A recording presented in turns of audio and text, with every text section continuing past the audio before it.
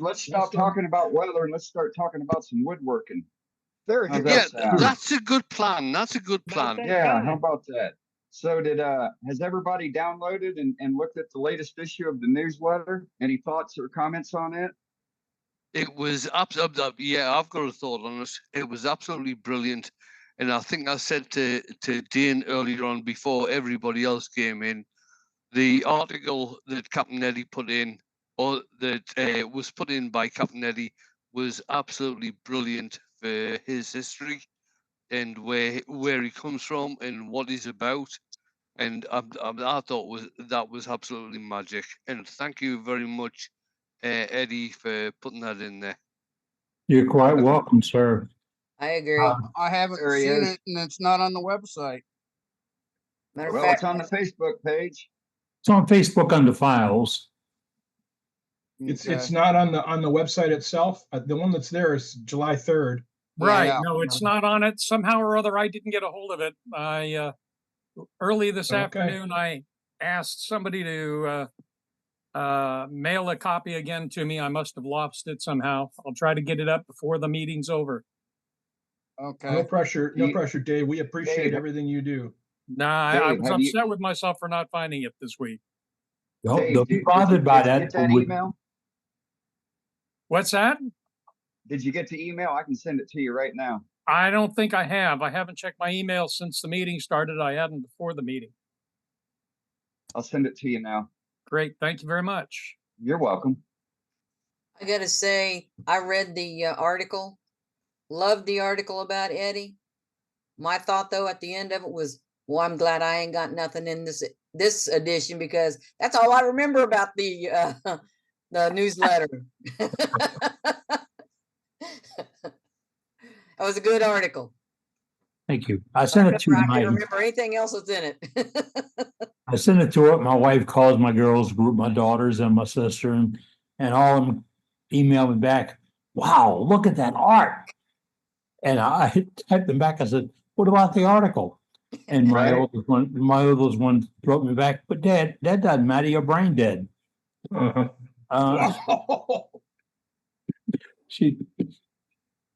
She's my oldest one's kind of hard on me. But you know, she's honest. But it was good to do that. And I'm glad we got it out there. Every word of it's truth. And it's humbling because it goes, when I read through it and thought about it, everything we do here is based upon what happened 5 years ago at SWAT. We were sitting around talking about why isn't there a club that right here. We bring turners in from all over the world, every walk of life, every kind of turning, people to turn for bucks, people to turn for fun, people to turn to escape, people that just turn because their feeling is I have to go make something and do something. We bring all those people together and for one common cause. Well, wood turning. There's no bucks, there's no hierarchy, there's no I'm going to be the best of this and all that. And I'm kind of glad we don't do those kinds of things where we develop a hierarchy where he's a master turner or he's a senior this or he's a group that or whatever. Because I don't believe anybody out here is qualified to judge my work, just like I'm not qualified to judge your work. I want to see what it is. Can I vote on it? Can I critique it? Can I look at it? Can I comment on it? Sometimes that can be extremely heartbreaking to turners. And you got to understand it. Some guys go out there and put everything they have, everything that's inside of them goes into that piece of work. And if you make one wrong comment, you stomped on their feelings. Really, just that quickly. You stomped on their feelings. So all I can say is your work is gorgeous and it's beautiful and it's your creation. My wife said here this morning, she says, "You see this piece?" She's looking at the newsletter. "See that piece? You got that piece?" And she's looking up and down the gallery. She said, I can find that. That's here. And then she said, and this other one's beautiful because look at the wood. Now, who would do this to this wood? And we're right on through. And she's not a big fan of wood turning. She's an artist. She's not a big fan of wood turning, but she likes it and she knows what's beautiful. And that's what our newsletter does. It takes a little bit of everything. And when she got to the hairpins, Dane, she said, what do those things do? And I told her, I said, he's trying to make points with his veterinarian, you know, the girl takes care of his cat and, you know, and he did, and they're beautiful. And you could, you know, they're so beautiful, you hide it, you know. And you know, it's true. All so many of those things on there, or they're not based on anything. They're just what people generate and come up with and ideas. And that's why I like to see this stuff. And I send a newsletter out to all my friends every month. I sit down here, I recompose it, put it in as I got my notes here, how I convert it from the PDF to something that's in pages. And so I can put it into an email or a Facebook page. And that's the beauty of sending it out to folks. They don't have to bother looking for it and going someplace. You can't send them a link and some don't have this to download. It then, you know, it's a way to share our art. But I don't have any photographs of my work in that newsletter. I got photographs of your work. And that's what I like. I really do. And I was proud when JJ put a note out this week. He said, bad news, I got 2 more pages and I really wanted to put in the newsletter. 2 more pages than you really wanted to put? JJ, I love your workload, bud. I love your workload. That's what we do. And this is a spur of the moment thing. We started this up. You know, and that's the beauty of what we do. And I got every time we meet, I say it again and again. And I get folks say, thank you for doing this. Oh, thank you for doing this. Because a couple of weeks ago, I got a call from one of the guys. And one of the guys can be Brenda and Sue and Heather and Billy and Dave and Carl and Jim and anybody else. That's one of the guys. Okay, it's a turn. One of the guys and said, why don't we get together? So the cat's out the bag. We putting it together. We are going to do a worldwide woodturners gathering. One spot, one group. We're putting it together for you. Yep. It's being formed right now. We're assembling people to come in and give input. And remember, we can't go hire a party planner. We can't go contract with somebody.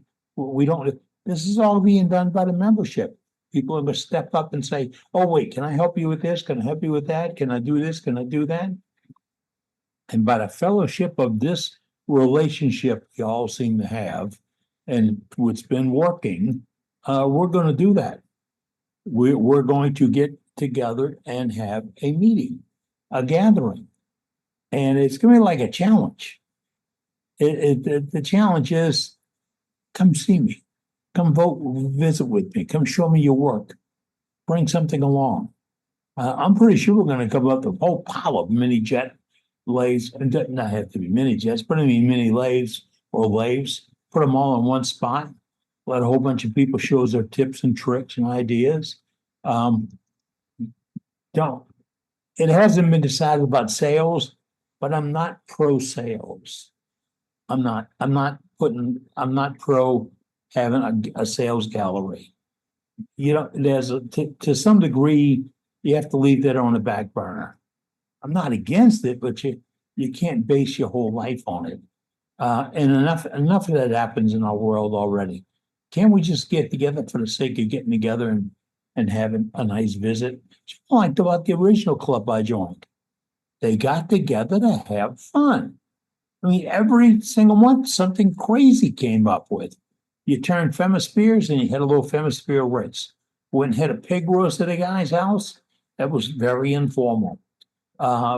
Christmas drawing for things that we would all put stuff up for. All kinds of little things, challenges, etc. You see, that's the fun of the socialism, of socializing in a club. And that's what we do here. You hear the jokes and the side jokes and the names, Band-Aid's Brenda, you know. No band, pardon me, no band-aids, Brenda. Any band-aids, Brenda? How you clean? No, she's clean. She's all right. No wounds today. We tease about that because in the early days, we all remember the early days of Brenda. She looked like a advertisement for Johnson & Johnson or Band-Aids. She said, "Oh, I had a good week. Only got one or two." But and we had a lot of fun with that. And yet, but I got a joke about it. Some guys really honest, hardworking, stick to it. I mean, there's nobody we know that could stick to it more than Billy Burt. I mean, do y'all remember that Billy Burt glued himself to? Oh yeah. Uh-huh. Right. Billy proved he had to stick to it. But and we had a lot of fun. And we tease and joke about it. It's the way it's going to be, folks, and that's what I like about it. 35 days from, pardon me, get the date right. 36 days from today, SWAT opens up in Waco, Texas. That's the 23, 24, and 25 of August is going to be at the Waco Convention Center. To me, personally, that is the world's greatest wood turning symposium. To me, it's a world because it is, I don't want to say informal. It's as formal as a wood turning symposium should be. It is organized and put together by clubs. There's no mass corporation putting this together, and they're not out to sell anything more than getting you come in and see exhibits and the big sales floor. Awesome people and demonstrators, and freedom. You can go walk up and talk to a demonstrator anytime you want to, anywhere in a place. It's not like it's restricted and you got to have a special tag or anything. No, it's open. It's Waco, Texas. That's just how they live. And it's good. Not only that, they got the best barbecue in the whole world. And here I can't eat meat. I gotta find chicken somewhere down there. Oh no. Yeah. Why is that? I have my kidneys are failing and I can no longer eat meat. That sucks.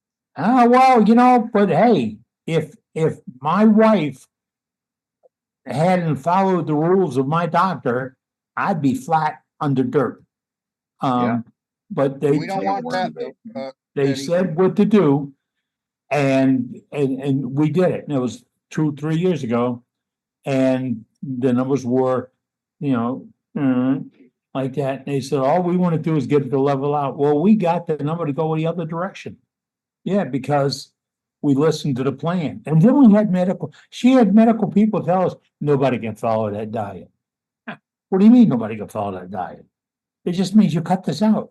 If it comes out of a box or a can, you don't eat it. Oh, that's impossible. No, it's just nice. She brought me a dinner. Chicken, beets with a sauce and all this stuff. None of that came out of a can. None of it came out of a box.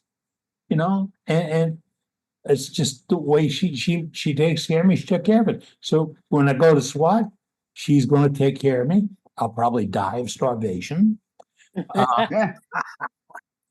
I'll never get to that nice food. I'll never get to that restaurant over on the Circle. You don't know what I'm talking about. That's got the great move. I'll never go over there. They won't probably let me on that side of town. But it's such a great atmosphere. And then I'm going to run into you guys. And then I'm going to see what you do. And it's got a fantastic gallery. And the jars. Help me out here. What's it? Beads of Courage. Beads of Courage. Boy, that really got out of my brain. What's going? It's awesome. It's half the gallery. It's awesome. It is. I haven't made one this year. I need to get on that.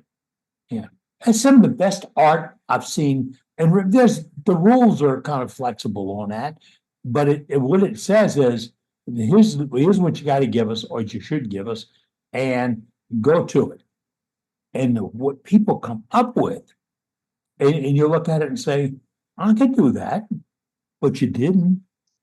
And isn't that looking cool? Yeah. Why don't you have one like that? And then some of the other artwork in there, it's It's beautiful. When you bring your camera, bring an extra chip for the card because you're gonna snap a photograph of everything in the gallery. Don't believe anything less than that. Everything in the gallery you want to go home with a memory of. I have them. And then if you got a problem with something, go to demonstrators. They're out on the floor, all of them. And it's good to see old friends that I was in the business. It's good to see old friends that are in there that are still pedaling along and making do, and it's good friendships. And there's no animosity among them. There's no I got to beat this guy and I got to beat that guy. You'll find them all chumming together at the bar at the hotel at night. That's how anti they are of each other. That Hilton bar will draw all the flies in the world. And it'd be interesting to see just how many people they bring in this year. Conditions are right. We don't have the COVID thing and all that stuff going on. Politically, you never can tell. So I'm interested in see how it changes up there. And my wife's excited. She's getting a wardrobe and everything together. She says, I gotta walk around with that. I gotta look good. She looks good anyway. Oh, what the heck? No hitting on her, okay?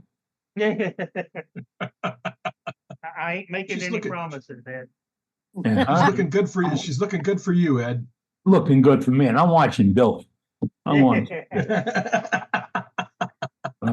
but you know, it's gonna really great show. That's SWAT. You want details about SWAT? SWATURNERS.org. All of it's on their website, listed the demonstrators, all the salespeople and all that. It's all available there. SWATturners.org on the website. Hope you make it out there. If you don't, we'll give you a recap. In fact, we're gonna probably film a little something or videotape something from our gathering at lunch or dinner or just hanging out. We got to do that. You know, that one. We got to let them know that Worldwide Woodturners is there. Well, we're all there. And Hartland, if nothing else. But I think it's gonna be great. Okay, newsletter came out today that gives you 2 weeks, folks, to get stuff in for the newsletter. 2 weeks. Right. Every 2 weeks, and that's got some of my friends saying your club does a newsletter every 2 weeks. We're lucky our club gets a notice out for the next meeting. You need You to should find, tell them we meet every week too, yeah, which nobody else Yeah. is doing. yeah, you Yeah. need to fine tune that club. You know where you gotta go? You gotta go right here. You're gonna go right, you're gonna figure out what the club is going for and why. We do this because we love wood turning. I don't do it because of any points. I'm not gonna get any tickets to heaven or anything. This is because I got 100 new friends every Wednesday night and we get to visit. And then, hey, if I miss you, I go back and look at the reruns.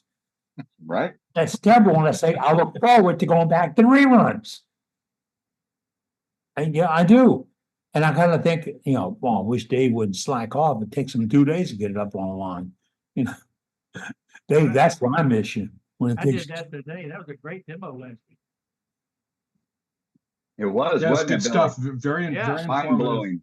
I hated I had to miss it, but I was busy cutting a tree down that was falling. We saw that. where'd you get out of the tree? A couple of logs. Okay, decent. It was live oak. oak. It was oak. Yeah, yeah. Yeah, there's live oak. I watched them take down the Osage Orange about a block away. And they were cutting it down. We were going down the street to go for an appointment. When I came back, it was cleaned up. Wasn't cleaned up by street crew. This a wood turner got to that tree. It was really it was 6, 8 inches, and it was nice. I guarantee you somebody spotted that coming out and went quick. It's in some, yeah, in Louisiana, it's hard to find quality turning wood sometimes. We get most of our trees grow too fast. They're just too coarse. And it just makes hard shopping. So All right, if you got gallery tonight, you want to show a little something, you want to talk about something, this is a place where you keep in mind, every Wednesday night, this is your wood turning club. There's no set agenda, there's no set program. There's 100 people get together and they want to see what's going on. We give you a demonstration and we want to see what comes of what your turning is. And that's really why I hang on here, is to see what you're turning, what you're coming up with. I don't have the abilities to do some of it anymore, but I can watch and I can enjoy, I can share. And most of all, I can show other people the art that you generate. And I got that from my little sister today. She said, "Where do y'all get this stuff?" What do you mean, where do we get this stuff? This comes from members. This is the guys that turn with us. You know, stuff. It's not stuff, it's art. I got a notebook full of stuff I haven't realized in wood yet. Oh, my Lord. You sketch out. Yeah, I take notes. I wake up in the middle of the night thinking about something. Whenever I do one of those pieces that's weirdly carved, it usually spawns 2 or 3 more ideas. I got to write them down or I'll forget them. So I just start writing. I Keep a thought notebook next to the bed. Keep a notebook in the shop. I thought that was only me that did that. No, me too. I keep one and I kept one while I was working, and now I keep one just for when a moment of inspiration hits me when I'm sleeping. That's all. That's always here. Always here. Yep. And in a pad, I got a note thing in a pad though. I'll sketch stuff out. I'll sketch stuff out just to see can it be done.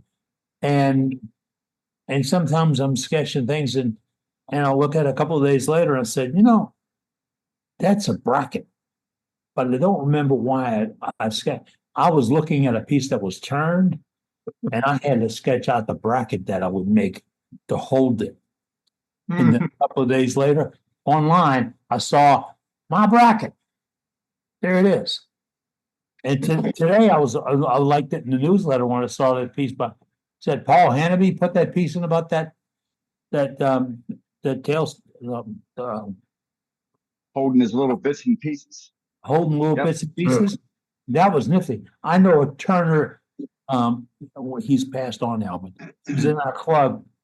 He would create things like that out of a cabinet grade plywood and paint them up. And you'd swear when he was done with them that it just came out of a fabrication plant someplace. It'd be that perfect and that clean up and snap together and hooking and stuff. And I was, yeah, why do you do this? And he says, well, it's gotta be right. I don't want to be looking for anything. And well, there's another guy, he was in the club out of Lafayette. And he did a cabinet under his Powermatic that was awesome.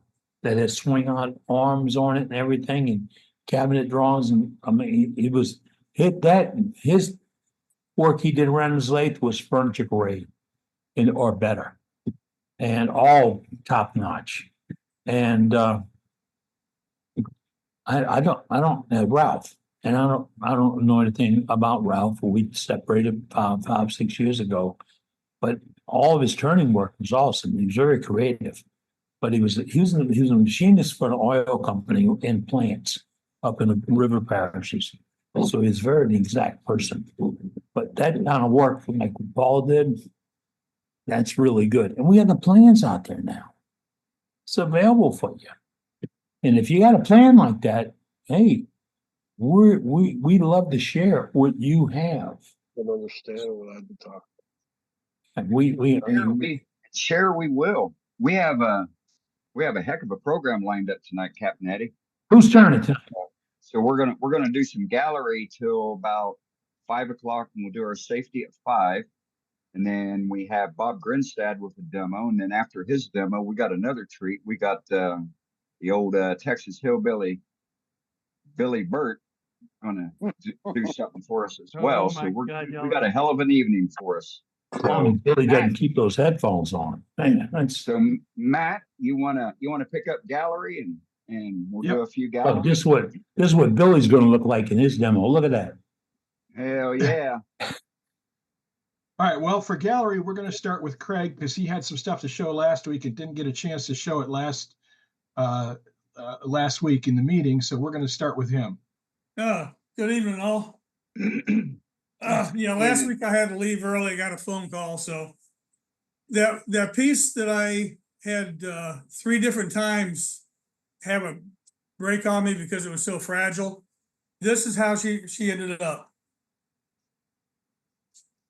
And I can't remember who it was that suggested, but I just went ahead and did my recess and Recess. but I love leaving all the old bug and woodworm holes and everything. Beautiful. Looks beautiful. Thank you.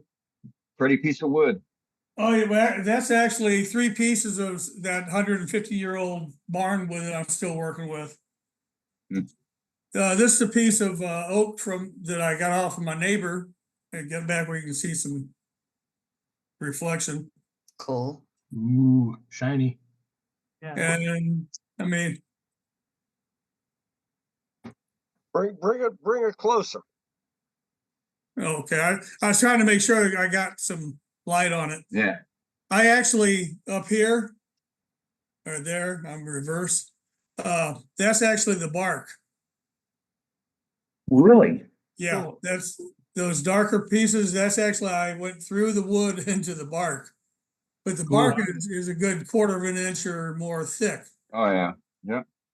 So Makes a great pattern. is someone gonna say something? It made a great looking pattern on the inside. Oh, yeah, no, I love that. And this is a piece of from the same tree. It's another oak tree. And it was just a branch. Actually, I used some of my inlay with the key shavings. But the more I looked at it, the more I thought that looked kind of like a Japanese character. Okay, Brenda, what is it? Yeah, it does. Huh? We're gonna get Brenda's opinion. Come on, Brenda. Looks like a Well, leaf Brenda to doesn't me. have an answer. I think it looks like a beating heart. Does I that make me Yeah, sick or I what? can see that. buy that, Dave. But what was neat about this one was I got about halfway, I got the outside turned. It was green. I got about halfway down and I got pulled away from work on it and it sat on the lathe for 2 days. I came back and all the bark that was attached, it popped off. And so it's a little bit wider this way than it is this way. Had to hit that with a torch.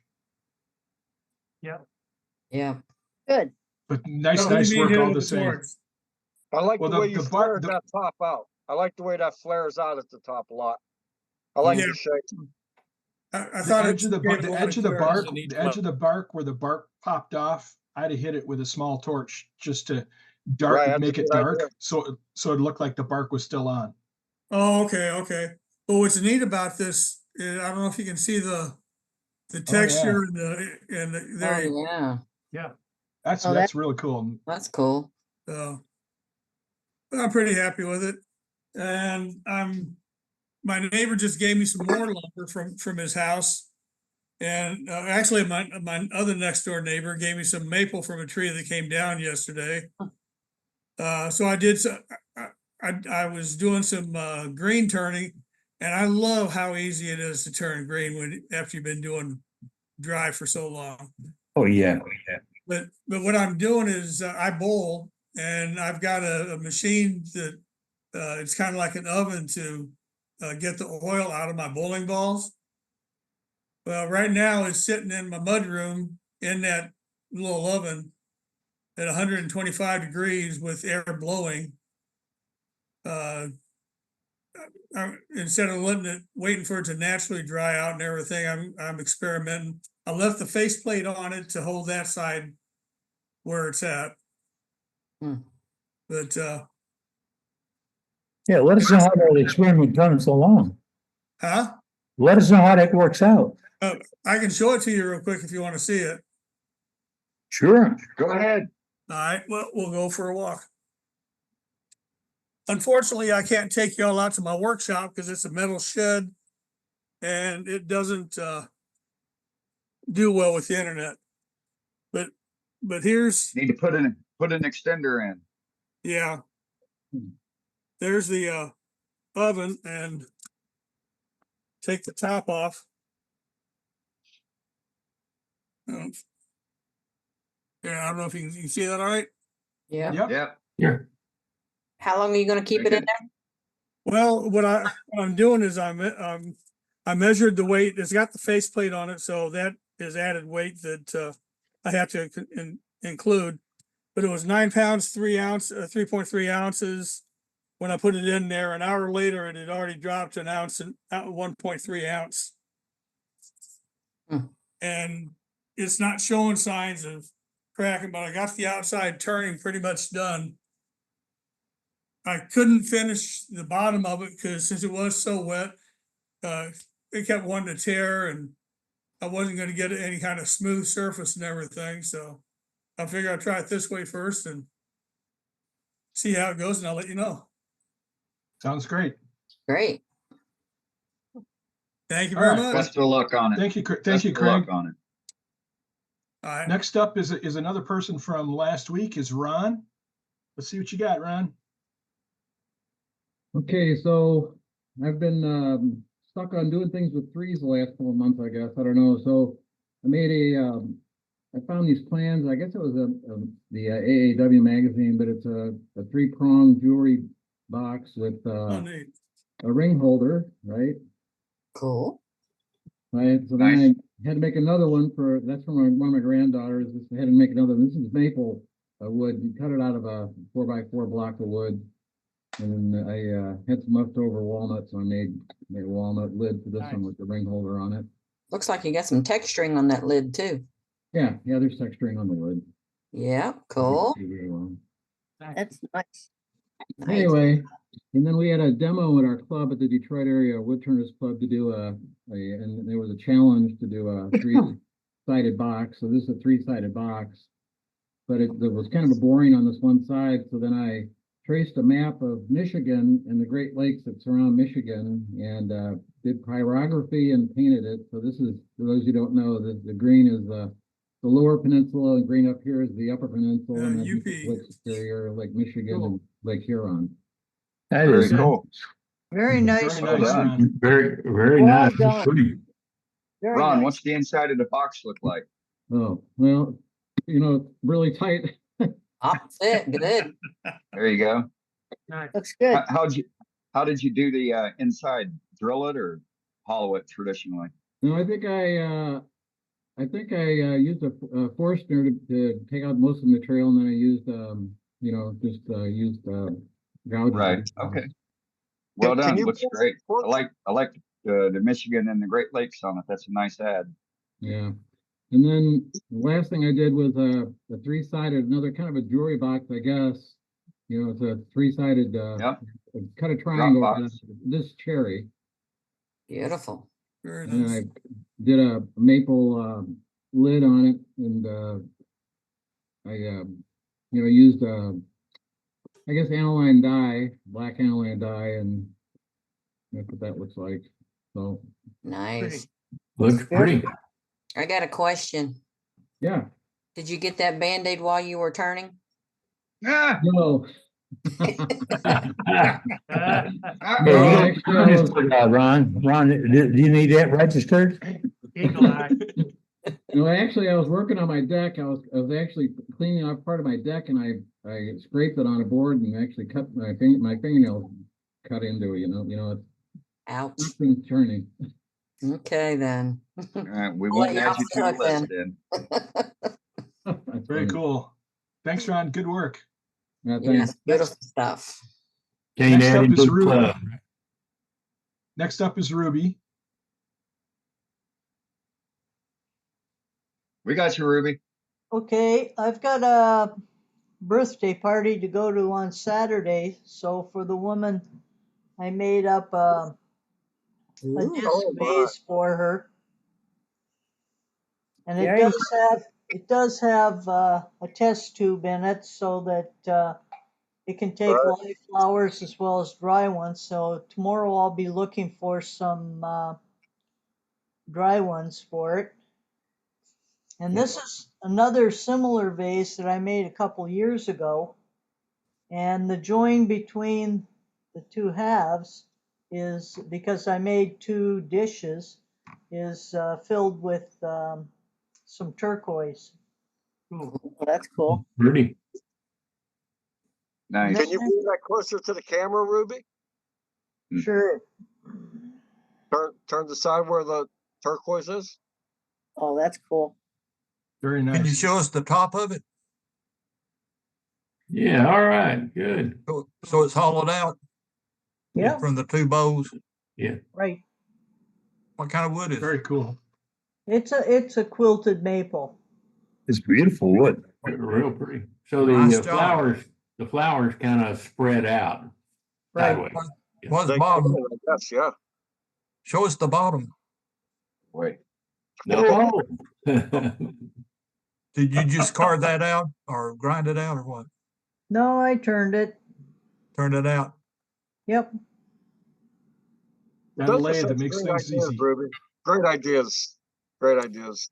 And then this weekend I had to go up to a friend's place in Hamilton for his 80th birthday, and I took him up a great big log of coffee tree, all wrapped up with a bow on top. And And then kind of got reined in and couldn't come home until today. So while I was there, I made one of these lanterns. I still have to put the finish on it. And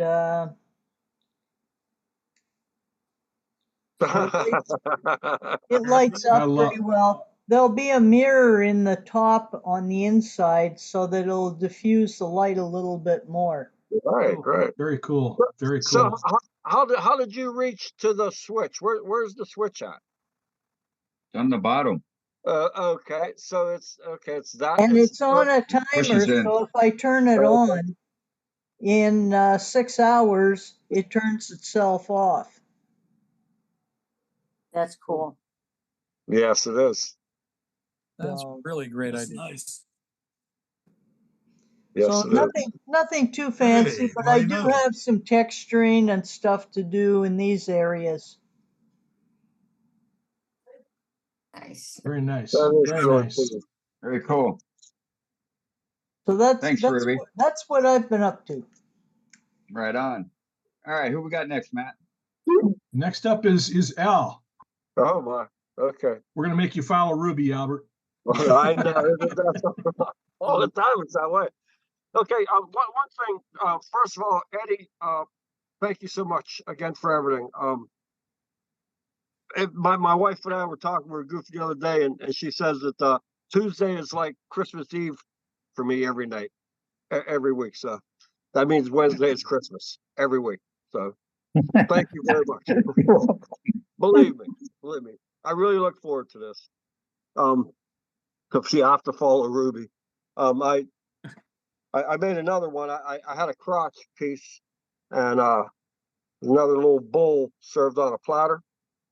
Cool. I tried to There keep you go. some of the bark on, but if it comes off, it comes off. It cracks. You know, Martin, if you're on, it cracks. I mean, I'll show it. That's cool. But so it's a nice little turn. It's Yes. nice. Well done. looks good.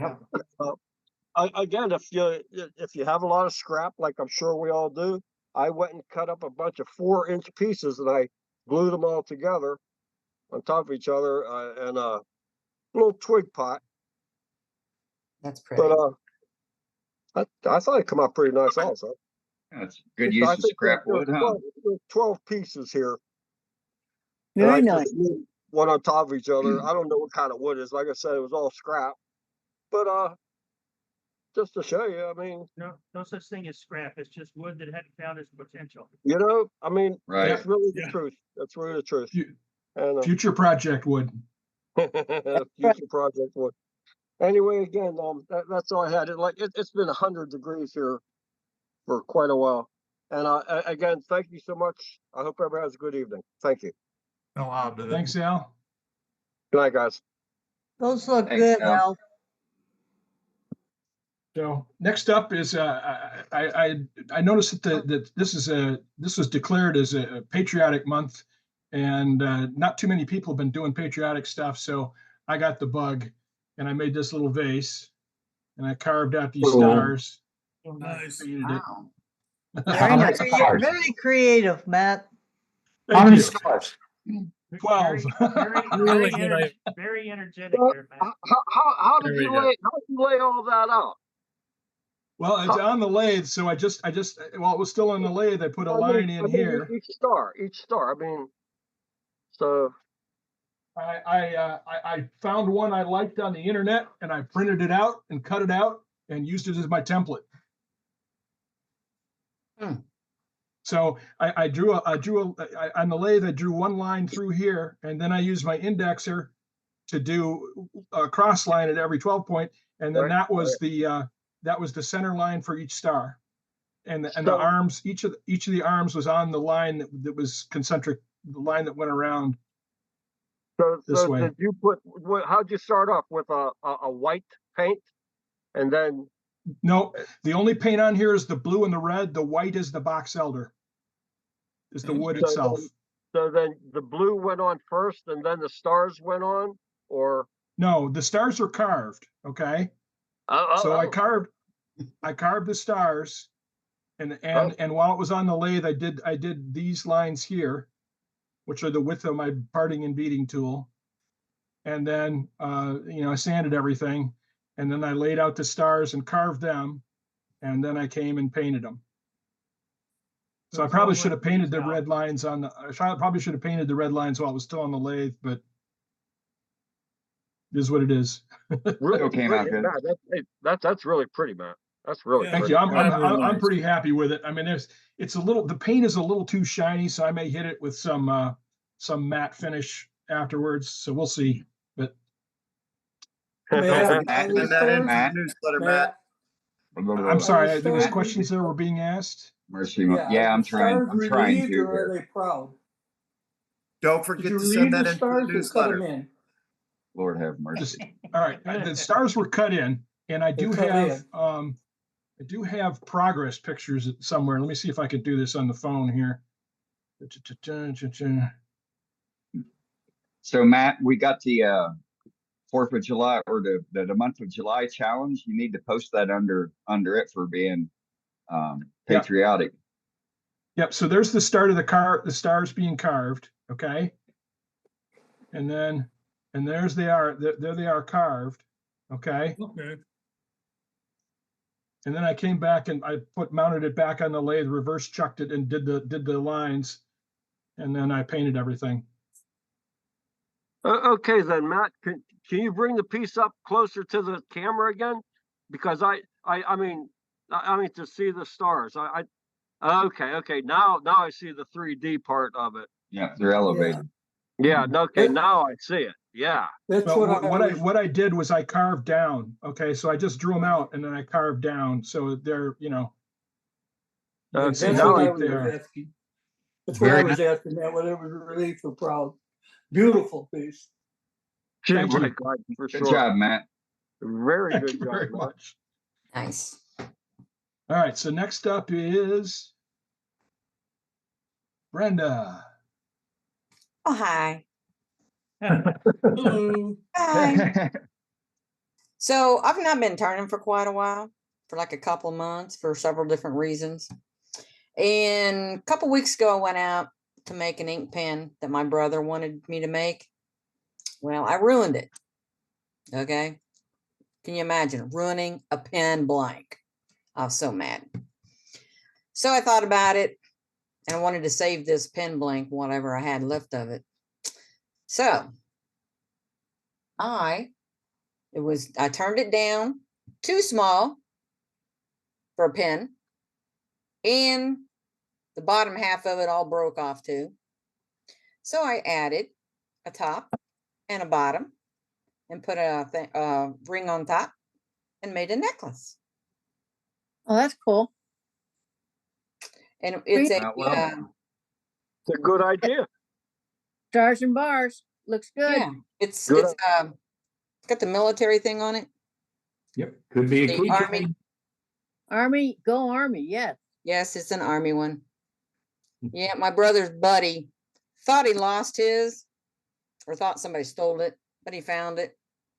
So when I ruined the pen blank, I told my brother, I said, you ain't getting an ink pen. And then luckily he found it. So I remember that conversation. yeah. So I thought it turned out pretty good. Yeah. nice. Turned out great. So it's also red, white, and blue. And I sent a picture to Joaquin. And also finished this bowl. Oh, that's pretty. Nice. Now I made this bowl Very a couple nice. months ago, and then I let it warp because I like them like that. And then I put it back on yesterday, I guess it was, and finished it. And normally I'll put a recess on the bottom. That way, if down the road I need to put it back on the lathe, I can. This time I put a tenon on it and then turned it around and took the tenon off. And I don't know if you can see, but this is the beautiful, the best. Whoops, dropped it. It also came off the lathe. Got a little chip in it right here. Yeah. Nice That wood grain. bottom right there is so smooth. It's the best Like a bottom I've landscape. ever done. I was pretty happy with that bottom. It looks great. Yeah, good job on it there, Brenda. It's got some quilting in it. Very nice job, Brenda. Yeah. Get that puppy It's shined really up. beautiful. How else What- do I what- shine it up? What size is that again, Brenda? I didn't measure it. I don't know. This was from a maple tree that fell over down the street from me. This bowl will go to the lady that gave me the wood. That's pretty. I thought it turned out kind of nice. Yeah. It does get a nice shape to it. Yeah. It's got a lot of tool marks in it stuff because I did it before Doug sharpened my tools. So except for that bottom. That bottom I did after he sharpened my tools. Actually, the bowl gouge I was using is what made it fly off the lathe. Then I used my carbide. So your technique had nothing to do with it. It was all the bowl gouge, right? Yeah, it was just the bowl gouge. Yeah. Yep. Bowl gouges make birdwood. Yep. Yep. Wasn't my fault at all. Well, at least it wasn't a Chuck's fault this time. Well, last time it was the tool part. The tool. Yeah. Yeah. I threw Yeah. a fit and busted things One, up. one day it might even be the wood. Yeah. Those I two love that dots- bowl. It's beautiful. Those two I kinda dots, like when you hold it just right, almost looks like a wolf face. The way it's showing Part- to those two dots that are facing right close to you right now. The two Yeah. dots on the side. Turn. Now turn that way. Your fingers are on the dots Ah, now. right here. Yeah. Okay. See the eye. And But you got when you is that turn a it pig? towards yourself, for me, it looks kind of like a wolf. Looks like a Holstein cow. That's what I love about these spalted wood like that, you know, you can see Yeah. all kinds of things in them. Yeah. Yes. Kind of like clouds. Yes. Yep. Very nice, Brenda. Well, nicely done. Yep. So that's what I've got. And pretty with no good, too. band-aids either. No band-aids. Yep. I didn't tear nothing up, didn't break nothing, didn't throw a fit. Yep. And I saved the piece. A rescue. Yep. Sounds like progress to me. Yep. Yep. So that's all I got. Good All job. right. Thanks, Brenda. Well done. Next up is Thank you. Jim. Mr. Duxbury. Well, I've been turning, after years of doing this stuff, you finally go through your drawers and find all this stuff you know, you turn a couple oil lamps, but you buy 10 of them. So you've got the rest of the drawers full of, there's 6 of them in there or something. So I'm using up all my stock. These are little oil lamps. Yeah. It goes in this. This is a walnut one with some texture. Very nice, Jim. The texture, yeah. Cool. That looks good. That's a good idea. I like the oil Um, idea. And this one's Coca-Cola. This isn't too exciting, but gorgeous wood. Yeah. I'm not allergic to it yet, but I got a box of those. I Yeah, got a box of those oil lamps somewhere too. yeah. There's another one. This is maple, with some texturing and burnishing. I burnish it with Paduke, Pretty. pointed Paduke. Wow, that was very nice. That came out great. Yeah, kind of highlights it. Really nice. Turned out real nice. I like that shape. And this is the last one. Almost was the last. Anyway, this has got some texturing on the end of it. And, Oh, wow. I don't know. I texture a lot of things, but it's not predictable. Livy. I never know what's going to happen. My theory is the more expensive the wood is, the less chance you have of getting it right. It works great on cheap wood. So anyway, that's what I've been doing, that and some other stuff. But you'll see that next week. Very nice. Thanks, Jim. Next up is Bill. Good evening, all. Bill. A neighbor took down a dead pine tree, been standing dead for quite some time, and wanted some help to get rid of the debris. So I went over and spent a bit of time helping them. And I got a piece that I thought, well, I'll turn into a little bowl for them. So this is it's a white pine, but it's because it was standing dead, it's got all this color in it that you don't normally see. At least I don't normally see in pine. Yeah. It's Great. it's That's great. yeah, That's great. The walls are a bit Beautiful. thick, but over here, where are we? Right here, it gets a little bit thin. So there's Yeah. anyway, and Those grays are typical of beetle killed pine. I don't know if that was the case. yeah, but that's really pretty. it is pretty really wood. Yeah. pretty. That's really Yep. pretty, is right. Yeah. This is another friend gave me a piece of a limb off an apple tree. So there's a little apple vase. Oh, the apple. Yeah, it's surprisingly hard, I thought. Anyway, little vase. Yep, apple is hard. Yep. Yeah. And the last one is a Western red cedar burl. Oh, Wow. That's beautiful. Yeah, it's What's your finish on that, Bill? that's many coats of white pond poly. Thank you. Many coats of white pond poly, and then burnished at about 1200 with by hand. That's beautiful. That is Yeah, lovely. It's hard to go wrong with that wood. Yeah. Yeah, it seems like it. Yeah. That's And beautiful. that's- Good job, Bill. Great Thank you. job. Thanks, Bill. Next up is James.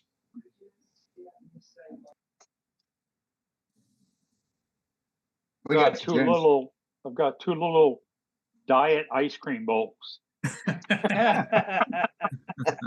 There's some leftover ash that I had in the shop. Figured I'd just clean up the little stuff. So now I've got two diet ice cream bowls. There you Inch go. and a half by inch and a half.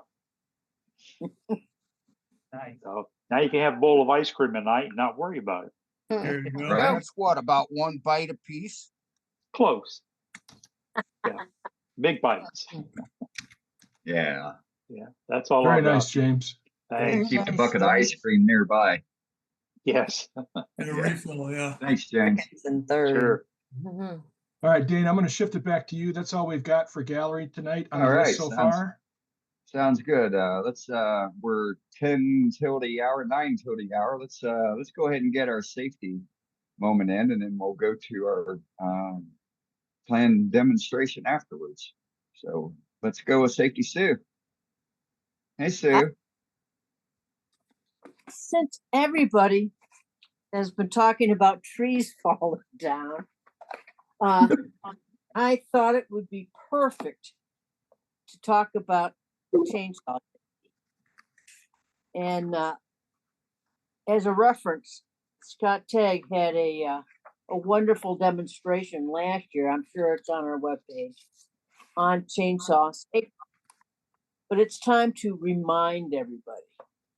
Okay, obviously, chainsaw safety is a little different than you've got with lathe safety. The first thing that's in common, though, is that your first defense is safety glasses. Always have your safety glasses on. Hearing protection is also another one common with your lathe. But the helmet face shield is different.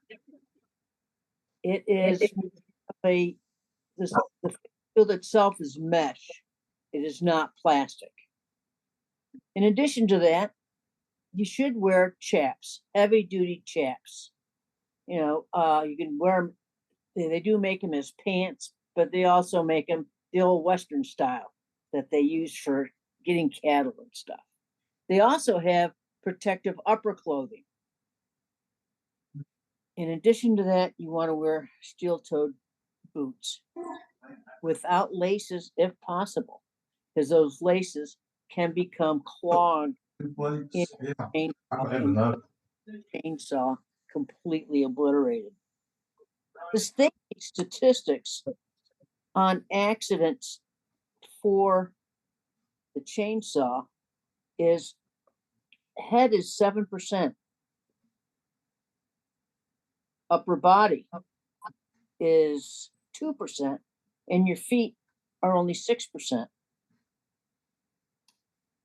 Your legs and feet are 43% of the accidents. And then your arms, that's another 42%. It should be noted that we talked about our safety kits last week, but if any place you should have a tourniquet, I would have one on my person when you're doing chainsaws, just in case. It's like everything else, we do it as a preventative. There's several ways to play it safe. Always use a sharp blade. If you have a sharpener, sharpen your blade. Maintain your blade and your bar as if it's a brand new item. Keep it brand new because the safety is there. Make sure you use the oil for your chainsaw. If the bar is slightly bent, for heaven's sakes, don't use that bar. Don't even try. Just get a new bar. It's cheaper than having to get a new arm. Follow instructions in your instruction manual, paying particular attention to the special characteristics of your saw. Replace an old saw with a model that has modern safety features. At the very least, replace the bar and chain with kickback versions. Check your chainsaw safety features before each use. And also make sure that they're still ready to go after each use. There's a lot more to say, but one thing that Scott had showed us was what he built to hold his logs to safely cut them. We've all seen different things. Bob Grinstead had a very good video of what he built in order to cut logs lengthwise without getting hurt. But Scott showed us a wonderful X stand to hold your longs. The AAW gave us this. Okay, it's simple to make. They used MDF or plywood, PVC and two rods, and they used a strap in order to hold the piece. Also, the spaces between the pieces of wood can be changed at any time just based on your PVC. It also gave us instructions.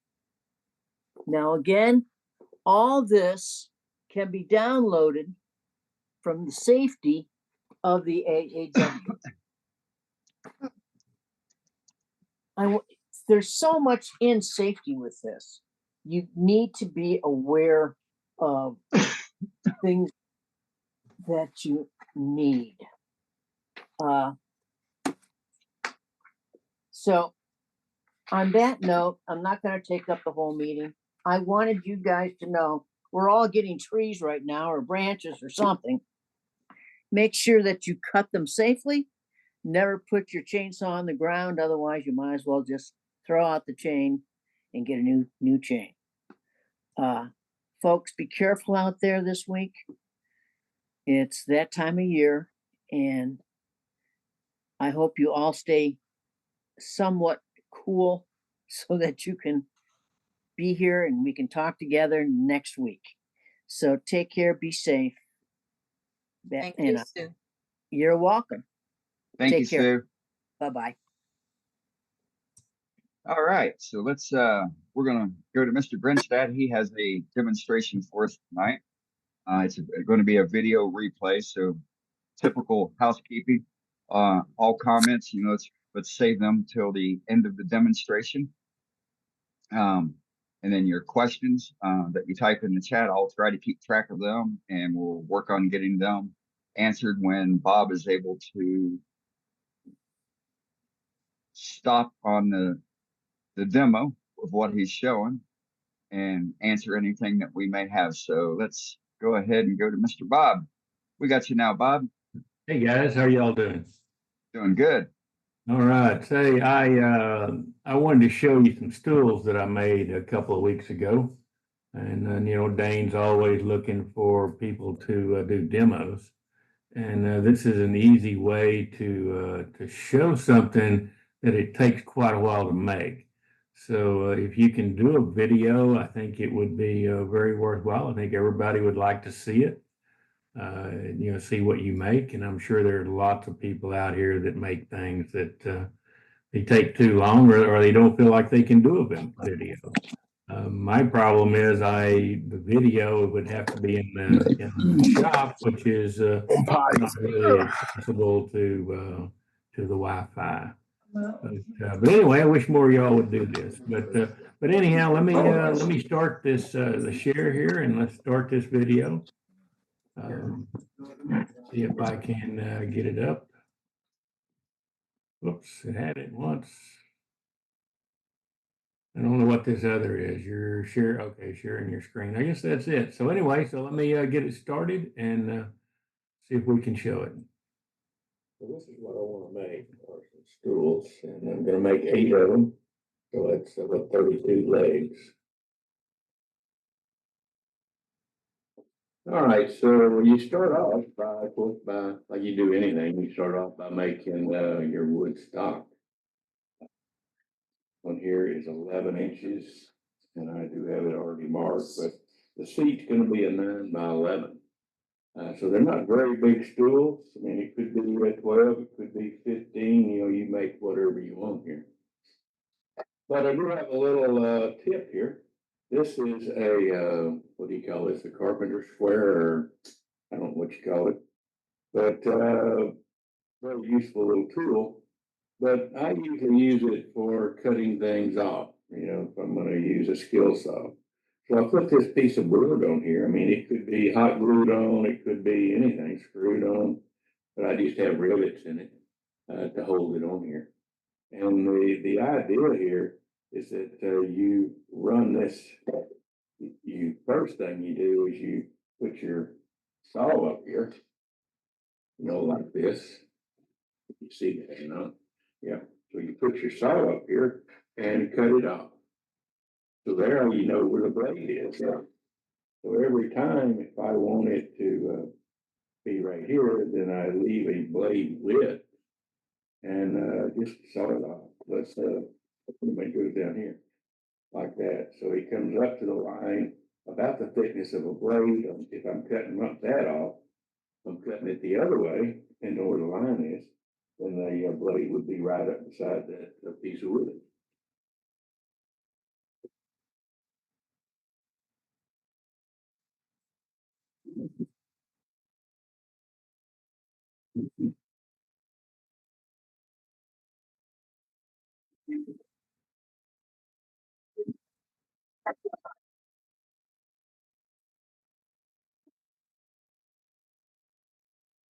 Right, the spindles are 13 inches, and for a blank, it'll end up being cut down to 11, but right now they're 13.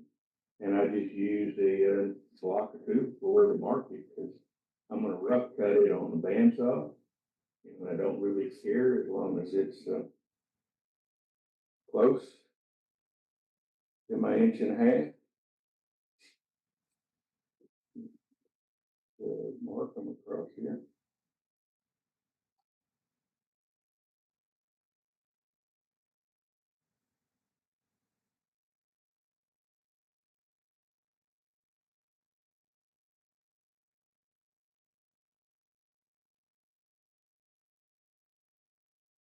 Then once I get them marked, I just take it over to the bandsaw and cut it.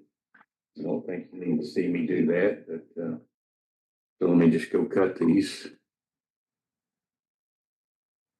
I made a little platform here at an angle, and it holds the wood always in the same position, so the corner is always in the same place. The lady I'm making them for told me that the last stool she had bought tipped over too easy.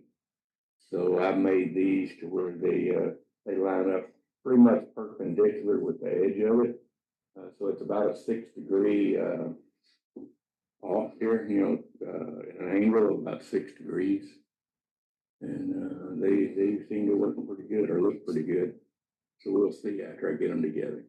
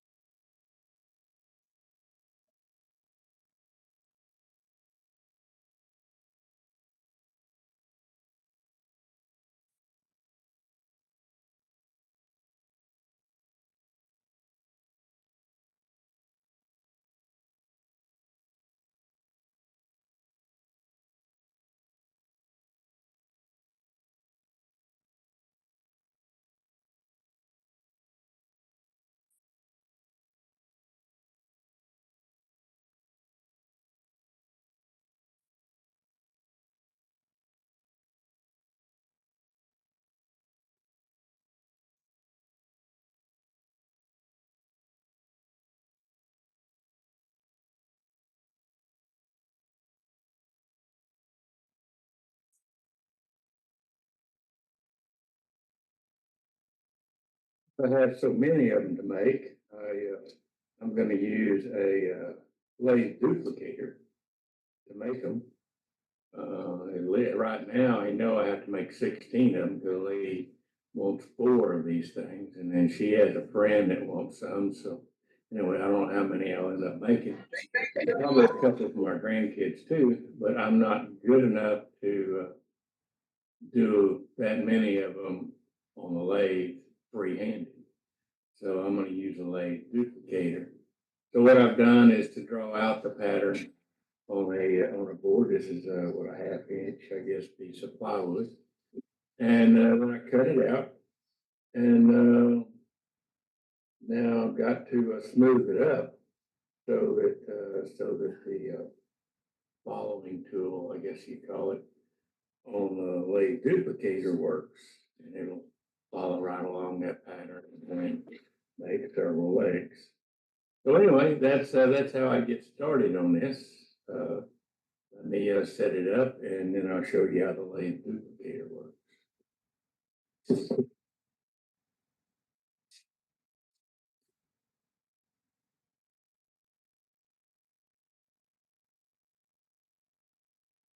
This is what I want to make, just some legs, but I want to make sure that they're long enough here to where I have stuff to cut off. I have waist down here and waist up here. I've got 1.5 inches in here for to go through my seat, and so I start off, even though this is going to be 11 inches from the bottom to the top of the seat is 11 inches. So I cut these at 13. So I've got a 13-inch block here that I'm going to make them out of. And to find the centers, I have a little center finder, which is nothing but a couple of blocks of wood that are tied together with a hole through it. It's got a hole through here to fit one of those little pencils, and I can bring the lead out like I want it, and just go. And no matter where it goes, even if it's not directly in the center, see, you see the little lines, but you can find the center very easy. If you wanted to get more accurate, you could move that up and down to where it fits exactly in the center.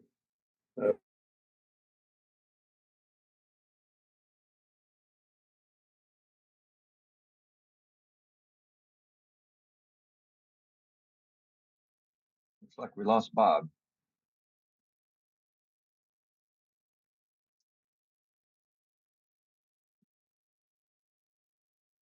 There he is. You're muted, Bob. All right, am I back again? We got you right now. Yeah, let me share it again and start it back up. No worries. That it? Nope. Let's see here. Am I gonna? So far. Well, I can't see it yet. Let's see. Is that going to do it? No. Now do you see it? Share screen. It's doing the share screen now. Okay. There it is. Rectangle is not square, it's kind of oblong or something. But anyway, it always finds that center. But I like the little margin device, and it's fast. And see this one here, it got 2 lines close together, and this one here is a little bit off. So it's a little bit smaller in this direction than it is that one probably, but I can still find the center very easily. Then I take that over with an awl and put a little hole in it so that I can start a drill. And I drill a little hole just to make it a little bigger so that I can have, so it'll hold it in a live center. And also I use a spur drive on one end. So I'll also take this after I drill that hole, I'll take it and run it on a bandsaw and just put a little 1/8-inch X in here. So I cut it that way and then cut it again this way, and just about 1/8 of an inch deep, just as long as it's deep enough to hold the spur. And that's it. And then I start turning.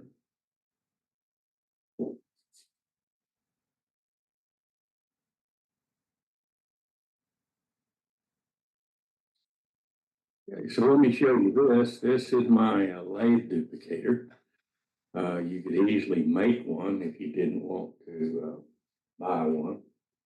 All it is something that fits in your ways. I mean, it could just be a little block here and anything to hold it on the ways. And up here you have a piece that comes up behind and that you can mount your pattern in. Remember we cut out that pattern before and made it So I can clamp it down either this way, clamp it that direction, or these little nails have points, so you could have turned it and held it in the center with the 2 points on this.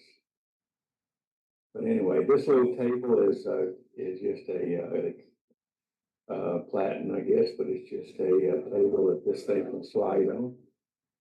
And it can go up and down to where I can line this thing up in the center. Go directly in the center, a little cutting thing is in the center. And this you can make too. I mean, you know, you see them making these all the time on YouTube. And they've got a cutter down here, just like I have. That's a little carbide cutter. And the top of this is another one they call a follower. So it would follow right along the side of this thing as you cut and make the pattern below. And it's pretty easy to do.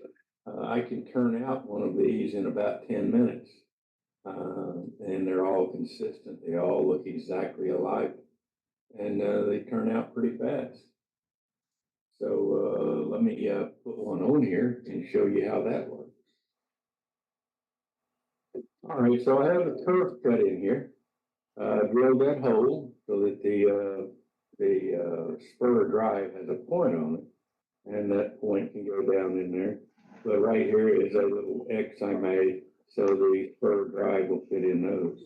And the other end is just a hole so it goes in my live center. That ought to do it. Let's see. Let me get some protection on here. I'm running fairly fast. I'm running about 26, 2700 RPM. So you want it kind of fast. You want the faster you go, the smoother it is, the better it cuts. All of these are going to cut rough just because it's pine. Making everything out of pine, out of 2x6s or 2x10s. So they're all rough cut and they're going to be rough when I get through the press. So I'll have to come back and sand them, but smooth. It goes real fast. You know, you take an 80 grit sandpaper on this pine and it smooths up real quick.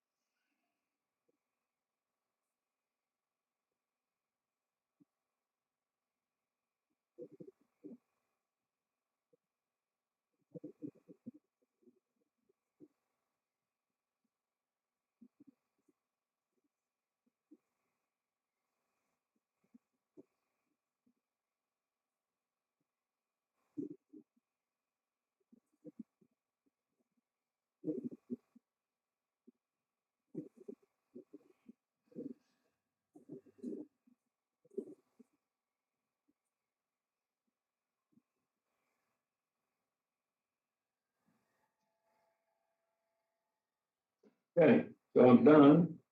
And like I said, it just takes about 10 minutes, or maybe even less. But it's not, you can see that I've got a bump right here. I don't know if you can see that or not, but there's just a bump in the pattern. I could have sanded that down, but I don't really care because I'm going to come back and have to sand this anyway. So that little bump will sand away real easy. The main thing I want is to get the majority of the pattern, you know, the look of it, the shape of it, and everything else I can sand.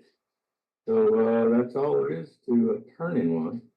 Then I put it, after I get them all turned, then I'm gonna put them back up here and cut this to size without this, just on a regular lathe and a regular bowl gouge or something, and maybe a skew, and cut this to size to 1 inch. And then I can sand everything and it'll be done.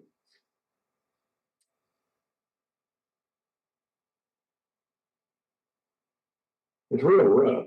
Just, you know, pine is going to be rougher than anything, especially when you turn it that way. It's just nothing but a scraper, and it's a real rough cut. But it sands up real quick. This is real quick. It takes less than 5 minutes to turn this in and sand it. So they go pretty fast.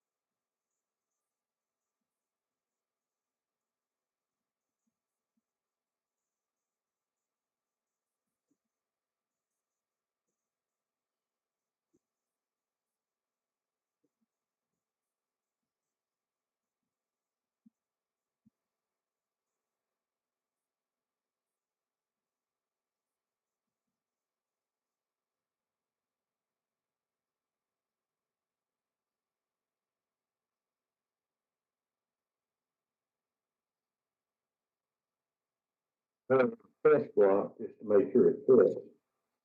So if it doesn't, then I come back and scrape it a little more or turn it a little more, and until it does fit. And so that fits great. I am going to put a spline on it, just for look more than anything, but it will spread it apart a little bit. But that looks great.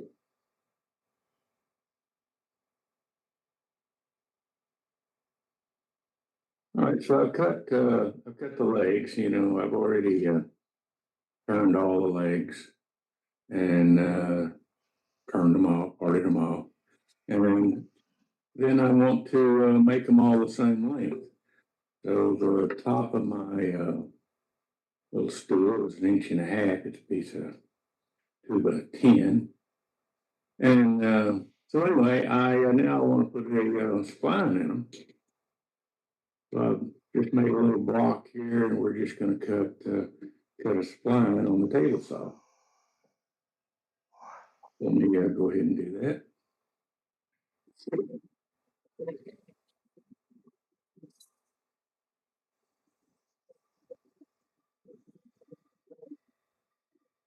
And it makes a nice spline. I do want it against the grain. I don't want it going with the grain. I'm afraid it would split out down here. So I want to go against the grain, and my little spline is not going to go all the way through here anyway. It's not going to bottom out. It's just going to stop. It's only going to be about 3/4 of an inch long and bottom out. So it won't bottom out. All right, let me show you how I'm going to make those splines. You'll start out with just a plain block. It could be, as long as you have enough room to run it down, hold on to it as you push it through by the fence. It could be wider. You want to get further away from that blade. And it doesn't have to be this thick. It only has to be as thick as your material is. You got 3/4 inch material, and that's all it really needs to be. But the first thing you do is you go in and you make it flat, make it straight, and then you come back and you cut this really to the end, not all the way to the end. So let me go ahead and finish this, and I'll show you.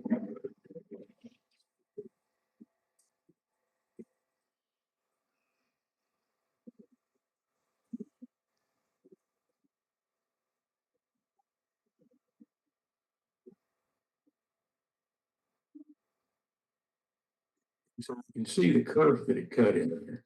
And that's what your board's actually going to ride on. So this is going to ride up against the fence. And this is going to be where your board goes.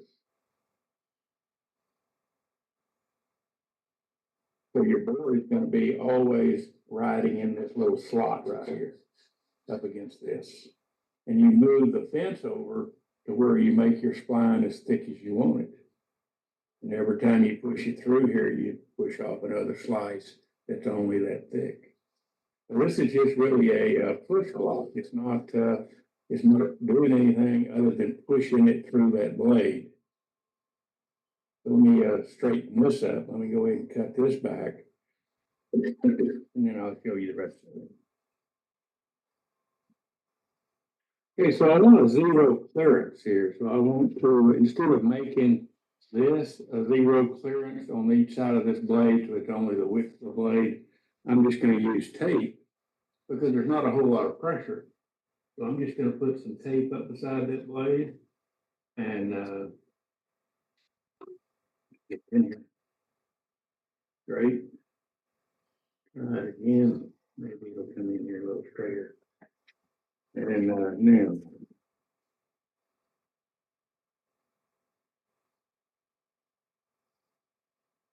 So it's just to give me a little bit of a deal here, so if it won't just drop down. And that's basically what I want. I just don't want it to fall through the hole. But I don't think it would anyway. Mine are going to be thick enough to where I don't think I'm going to have that problem. But just in case, we're going to try that. All right, so I have my notch cut. This is what's going to push the wood through. And then I can just run this beside the fence and make that spline as thick as I want it, whatever angle I want it. And in this case, I wanted it at a little angle. So it is sitting here at a little bit of an angle. And this piece just needs to be wide enough where you can push it through without getting too close to the blade. My table saw right now is sitting too high for a lot of cutting on a table saw. It's really at the lathe height. So I needed to lower it, but I'm not going to do it. Let me go ahead and cut some of these, and it doesn't take but about 5 of them, and I should be done.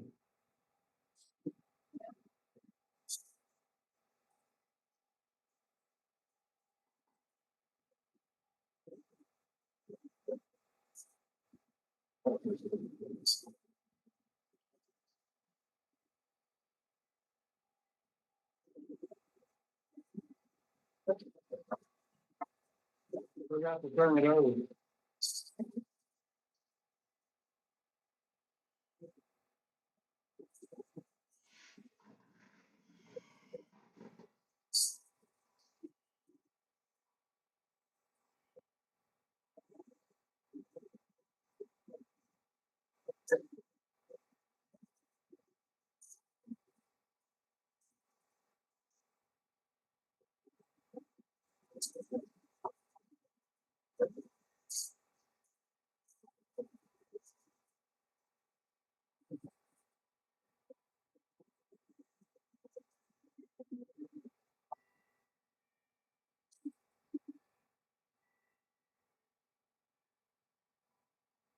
I have some perfect little oak shims that'll fit in there, and they're tapered.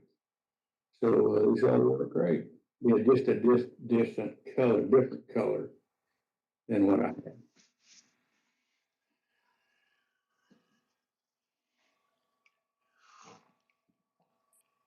All right, so I have enough stock cut out, or enough stuff cut out here for 8 stools. So anyway, now I'm ready to sand the bases. I've got to run them through a belt sander or something to planer, but it's going to be a planers. Put a snip on each end, snipe, or whatever you want to call it. And so I'd rather do a belt sander, but drum sander, maybe that's what it's called. Anyway, I have to anyway, because when you cut these holes out, I don't know if you can see it or not, but it chips out where it comes through. No matter how tight you think you're holding it, it still chips them out. So I've got to sand it. And also my boards are cupped. They're not flat going across, not really flat. So I'm going to go ahead and sand them and get rid of this breakout that it has on here. And then it'll be just about, well, I'll take that back. So it'll be ready to go, but still have to turn this edge off with a router. You router it, and it ought to come out pretty easy. Yeah.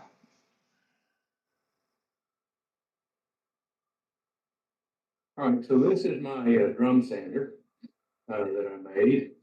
It's on a 4-inch piece of PVC, and you can see the block in each end that was turned and fits inside, and then I've got it screwed in there. And I do have a coupling here that amounts to my spindle, and I'm using a live center on this end to hold this in. And I bought the sandpaper from Grizzly. It's a Velcro back stuff, so you put the Velcro on first, and then you wrap the sandpaper the opposite direction. And this happens to be an 80 grit, and I think 80 is going to be fine. It runs about 1,800, 2,000 for softwood and coarse grit, so you can vary the speed. You do turn this in reverse, or if you act, because I'm going to feed it from that side. If you can't turn your lathe in reverse, you can make one of these for your lathe. This is pretty simple, pretty easy to do. But anyway, I turn it in reverse because I want to feed it from this side. If I couldn't turn it in reverse, if it was always going this direction, I would want to feed it from the back, so that you're pushing against it instead of it pulling it through there. And I did make a dust collection system that sits on top of it. It's a piece of PVC that I have heated up and widened out so it would fit over the drum. It's a 4-inch PVC, and it just fits over the drum and works really good. I do. Let me talk about it a little more here. I think you've probably seen this in other videos, but this platen didn't have to be this thick. This is 2 pieces of 3/4 inch put together, glued together. And then I have a frame that actually sits down on the ways or on in my case, on these tubes. And I'm using just all thread here and some nuts to adjust it. So I can adjust either side to make the tension that I want or make it come straight up and down. And it's hinged at the back. This platen or this wood is hinged at the back onto a frame. So it's got two hinges in here. So it can raise up and down and go from about 4 inches up to nearly nothing here, and 22-inch piece. So it works great for me. I didn't have to go out and buy one, and I enjoyed making it. So anyway, I think like I said, I think there is a video out here showing more of this. But anyway, that is my drum sander. I just turn it in reverse here. Well, if I can turn it over.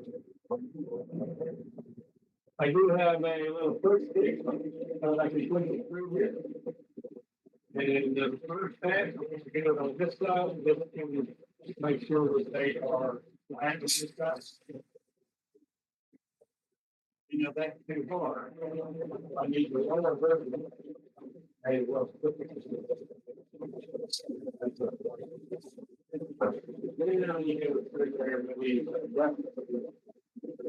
short. Let me keep going with some of these. I'll find one.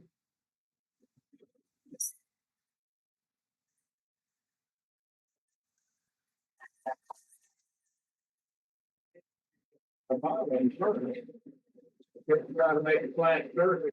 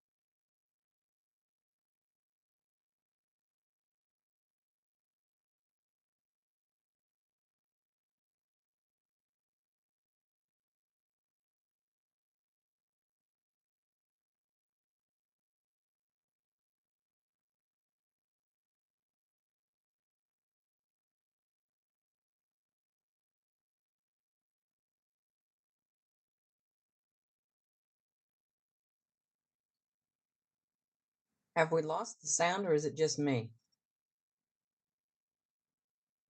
I can't hear anything either, Brenda. It's the It's sound of just his it's just the video, folks. Bear with it.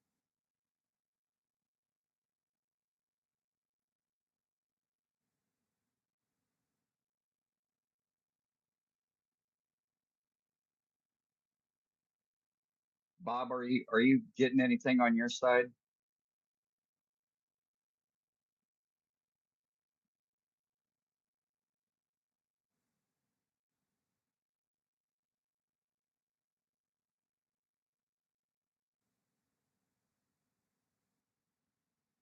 You're muted, Bob. Still muted. Oh no, I think we lost you, Bob. Check your microphone. That's still not connected. Bob, you're muted.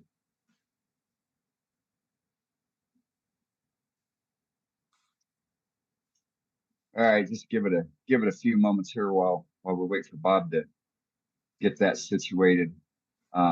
Wanted to expand on a little bit of what Captain Eddie talked about with the group getting together for some type of hands-on turning retreat, and give you a location and give you a date. And so with that, I'm gonna flip over to the man with part of the plan and see what he has to say. Scott. Yeah, so I wanna let everybody know we're gonna have a Woodturners retreat. Gonna be here in Wisconsin Rapids, Wisconsin, September 16th and 20 through the 20th of 2026. So it gives you a couple years to plan. I know it's a little ways out, but that way everybody's got no excuse for not getting here. Everybody can save and do whatever it takes to meet the rest of the group. So far, we have a good group of people planning this, and you'll see more to come. So let's start the chatter and let me know what you think. Yeah, we'd love to have some excitement on it and some feedback from the members of the group here. But we definitely got more information coming, so you got to pay attention. Dave Rhodes, if you could clip this out and then make a little blurb on the website, that would be great. And with that, alrighty. And then with that, let's go back to Bob. I think he's got everything sorted out. Scott, thank you very much for that. No problem.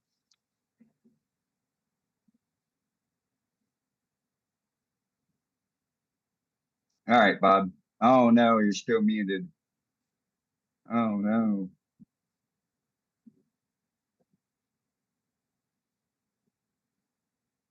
September 16th through the 20th of 2026.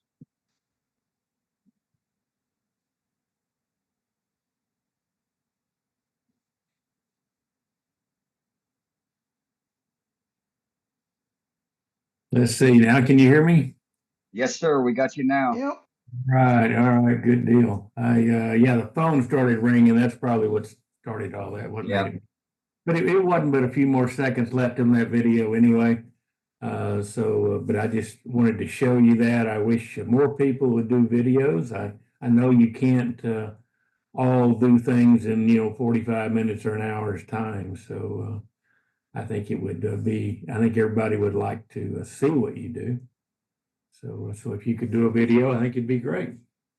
Yeah, I agree, Bob. Thank you for propping that up as well. And then could you tell them what you use for your videos? Yeah, I just use a Samsung phone. It's an Android phone. And then I use KineMaster or KineMaster. It's KINE Master app that goes in your phone.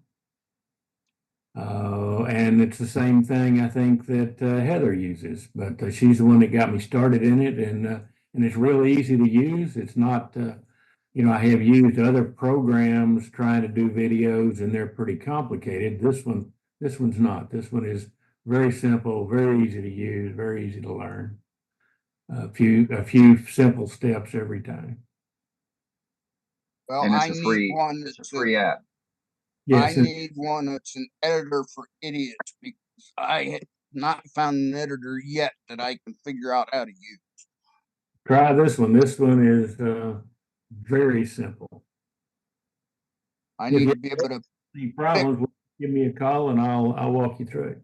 I need to be able to pick from this part of the video to this part of the video and hit delete, and it gets rid of it. And I haven't found one yet that works that way. Call me. I'll show you this one. This one works really great. Hey, Bob. Hey, Bob. Can we ask a couple of questions? Sure, go ahead. Yes, floor's open. What kind of cutter was it? On that cutter? That's a triangle carbide cutter. You can use any type of a cutter. It's just that's what came with this, and and the triangle point also makes it even rougher. Even if I had maple on here, it would still be a rough cut just because it's that point cutting.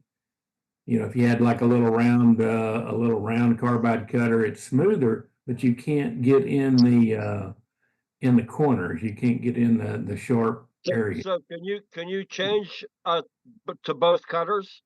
Yeah, you can change it to any cutter you want.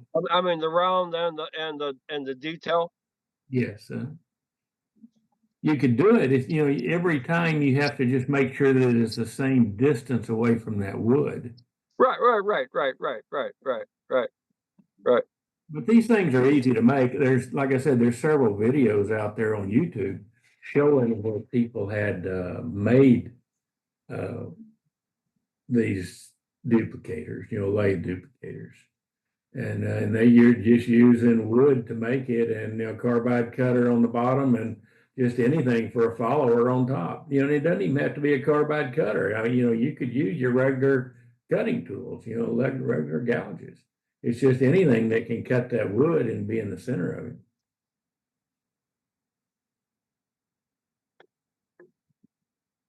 But it's real easy to do, guys. And and like this, I would have had to make 32 legs, and there's no way I can do 32 of them alike. I probably could do 4, so. It was a really nice setup. I liked your drum sanding setup along with your dust collection hood that went over it. That's slick. Yeah, that's something else that everybody can make. Whether it does take a larger lathe. Mine will do a 16-inch. It's an 8-inch throw on it, but you could do it with a 12. If you just had a 12-inch, a 6-inch throw. It just limits the amount of sanding room how thick your piece can be to sand. But these are easy to make. The most of the wood that you see there is just a shroud, just a dust collector, just to keep the dust from flying everywhere. It's not supporting your drum. It's not supporting, the wood that's going under it, that's going through it. The frame actually sits down on your ways, and that little platen hinges on the back of it, on the back of that frame, and raises up to that sanding disc that I made, drum I made. Easy to do. All right, great stuff. Anybody else have any questions for Bob? Great demo, Bob. All right. Thank you very much, sir. I really appreciate it. That was an excellent video It demo. really was. I have a couple of friends that in the years that they have shopsmith, and I never saw all the different things that you did. I questioned it as you were demonstrating. That it is a very versatile machine. It is. It really is. Everything I showed tonight, you can do on your lathe. That it's not right. No, but I was interested in what the shopsmith does. Oh, I mean, okay. I was very interested in what I was seeing. I really was. Yeah, I look at it as everybody always downgrades the shopsmith, and it does have its problems. Well, no, it has its problems, but it was the thing. It was the thing, and it started all this other stuff. That's right, it did. It really did. I mean, my dad. I mean, he's the one who got me started in this stuff, and yes, the tools that were made back then, they were designed. They were different, and he never shopsmith. He has something pretty close to it. And yes, it's just a 2-horse machine that I can do anything with. That's the way I look at it. he had a small garage, a single car garage downstairs, and I'd say to him all the time, "Hey, Dad, what you doing, man?" I'm making some bunch of sawdust.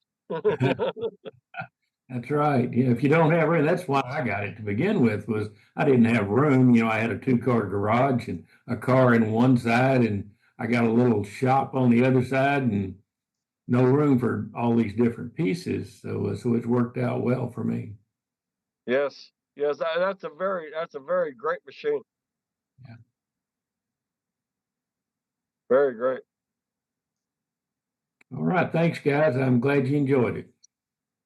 Yes, definitely. Thank you very much, Bob. Very All good. right, Thank you. let's go to our second demonstrator for the evening. Let's go to Mr. Billy Burt. Hey, Billy, we got you now. Get my chair out of the way. And I'm gonna have to switch cameras. What I'm gonna be doing, oh, before I do that, I asked a week or so ago, I picked this up at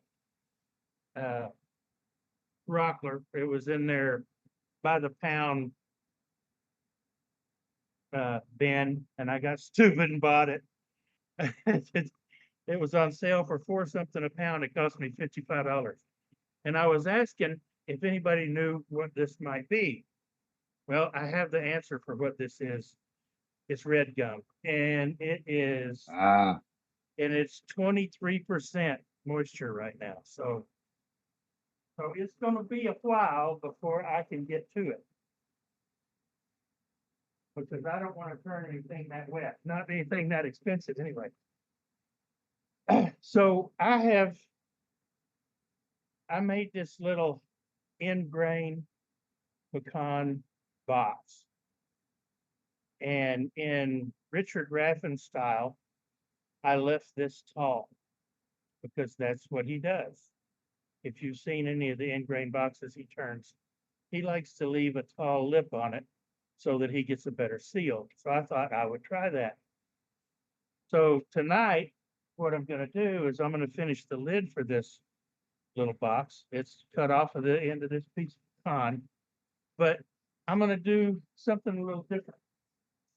If y'all remember last year when I demonstrated my duck's chuck and carved these pieces that I've still got laying around, I took one of these made from ash juniper and I filled the cuts in with black acrylic paint, and I have since sealed it with Mylan's sanding sealer, and I've made sure it's nice and round. It's about a little over an eighth of an inch thick. And what I'm going to do, once we cut the inside of this lid, I'm going to hollow the lid, and then we'll turn it around and I will cut a recess and we'll glue this in, and hopefully all of this is going to work well. So that's what we're going to be doing tonight. Let me change cameras real quick so that y'all can see better.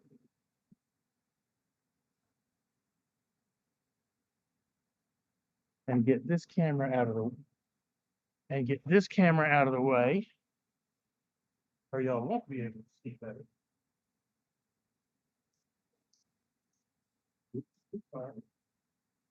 Come on.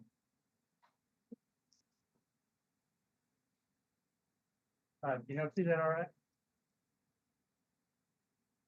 Am I still there? Yep, we can hear you. Yeah, you're and we there. can see you. Okay. We got you. All right, I've got the back of this lid. Or the back of the lid. I've got this at the bottom of the lid. I've got it in my cold jaws. And I was running a little bit too fast. And I've got a nipple in here. Lights out of the way, it's still shining so I can see it. So, and I've made a mark on my drill bit.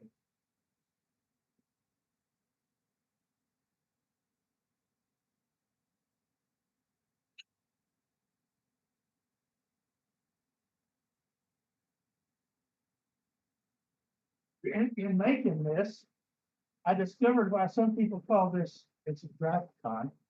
I discovered why some people call it pecan. It's pretty hard stuff.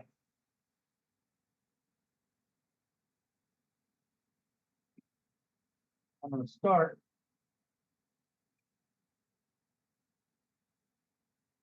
by coming in with a spindle gouge. Start by coming out. And I'm not brave enough to try the back cutting like Richard and Thomas Bob. I'm a coward. I'll try it one of these days.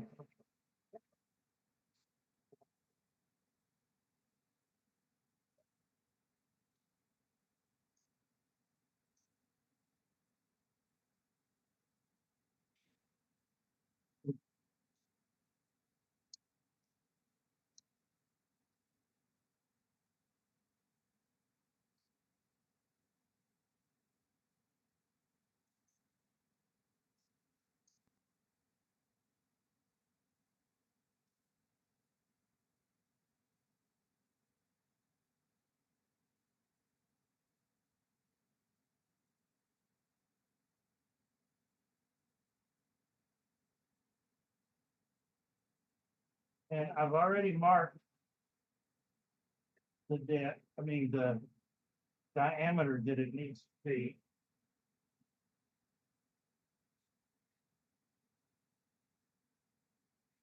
So I'm going to come in. They use a flat end scraper, box scraper, and I will too in a minute. And I'm going to come in with a cube.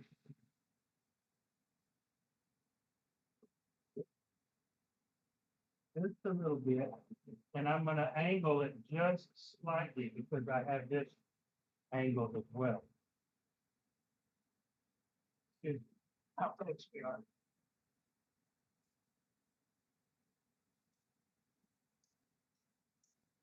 That's pretty close, man. All right.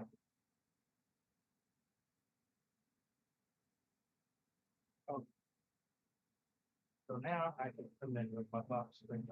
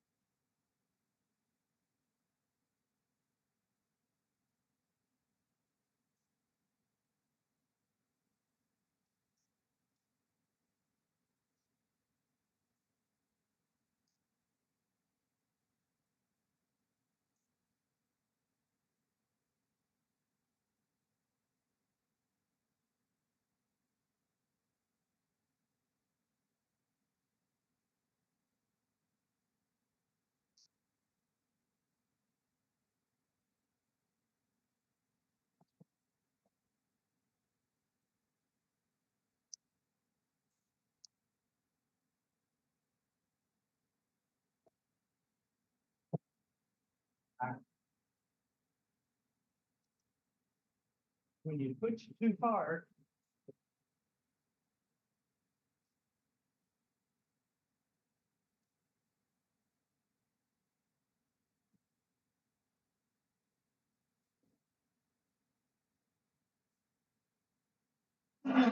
still not quite. I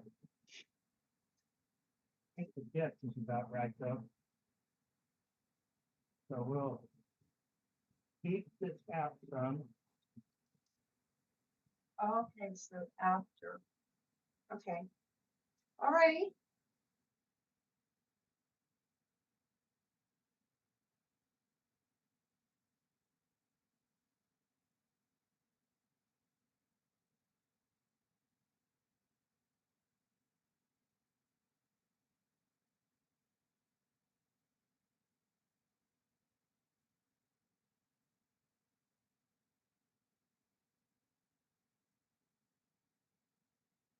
It's under loose.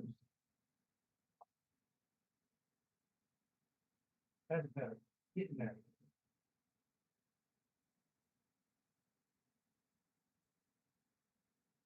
I just really don't want to make this a friction fit, so I'm trying to be.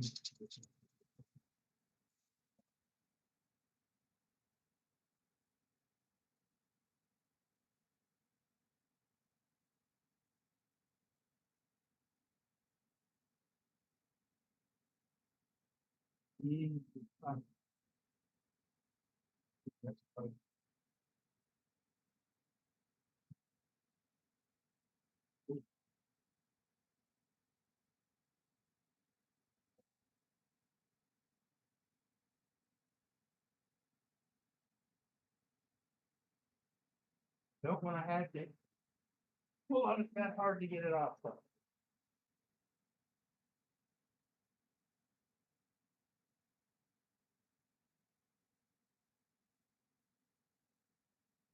So before I go any farther, this gives you a little bit of a 100 grit.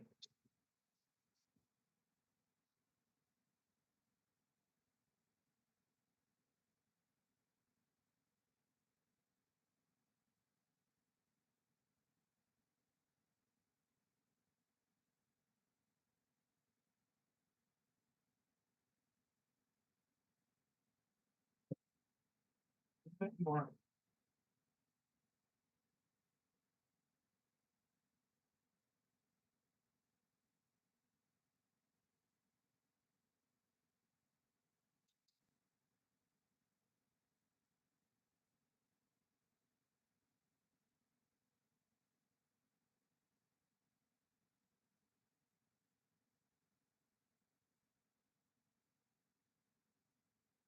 I may have to get that with a tool again. That's better.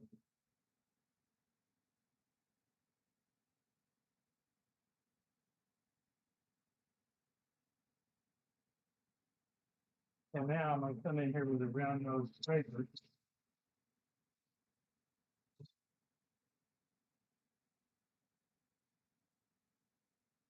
Blend this. With this.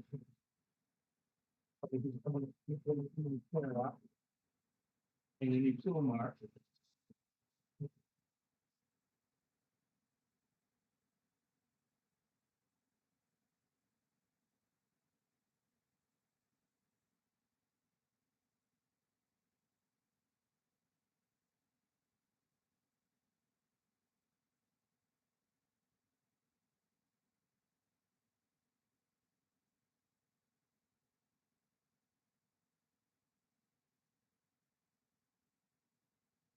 Not a negative rate, so if you stick it straight in, it's gonna catch.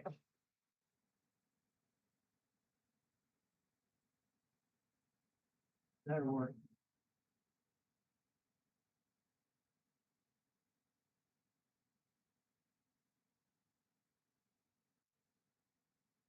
A little bit of sanding in here with the 100 grit.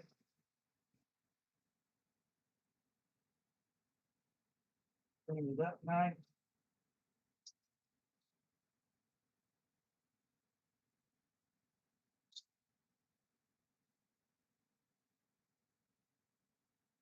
You can tower sand it, but the sander would barely fit in there, even if.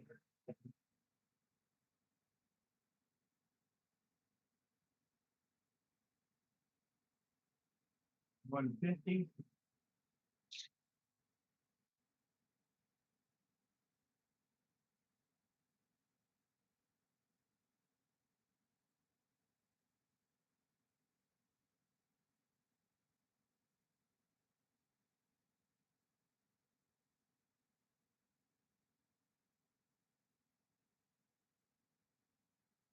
Honey.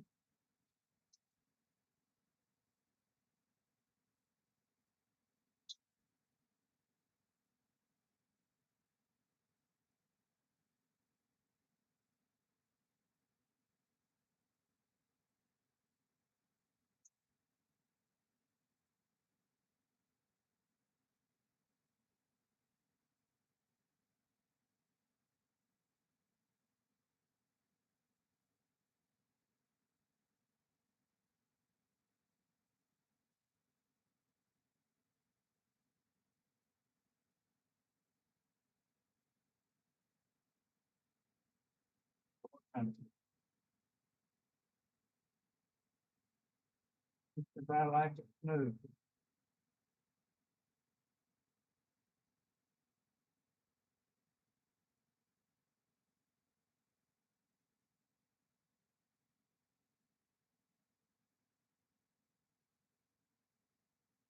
That'll do.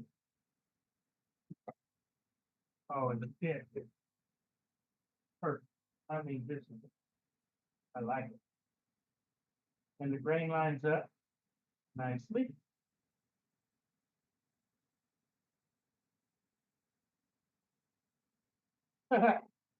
Well, I ended up sanding a French fit in it, didn't I? Oh, no, Doing good, that's, Billy. I didn't either. That's compression. It's compressing the air and pushing it back. A true piston fit. Yeah, it needs to be a little bit lesser, I think, but I can do that when I'll sand this and keep that up here on the outside. So now we can turn it around.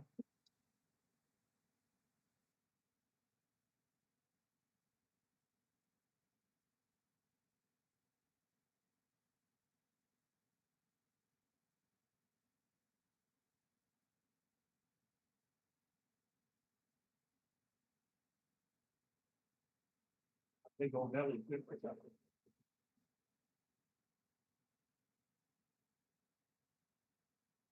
Oh.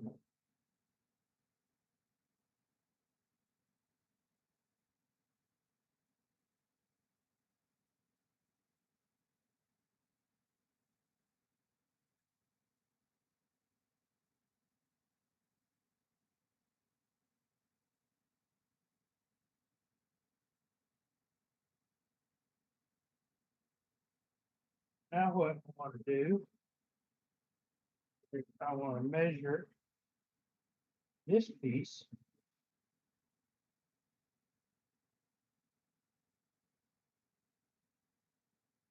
And I have the edges of this angled a little bit as well.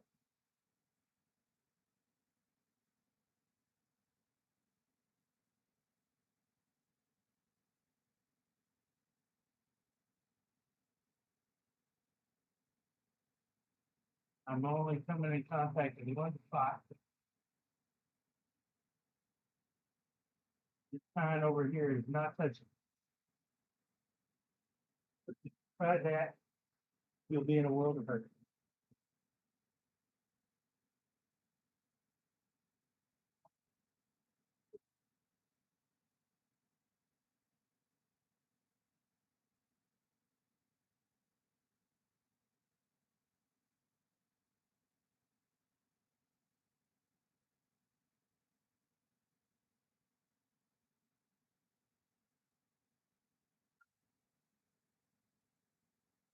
Now, we can put it into the box.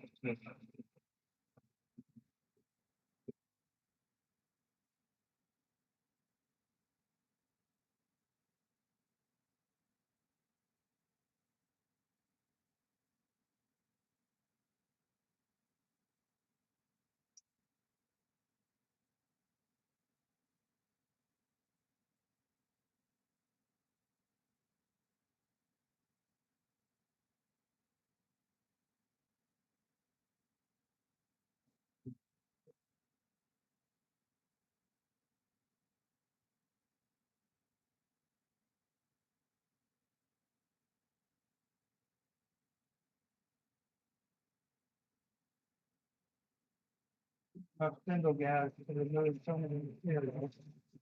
Now smooth the bottom out. My box scraper. Catch it.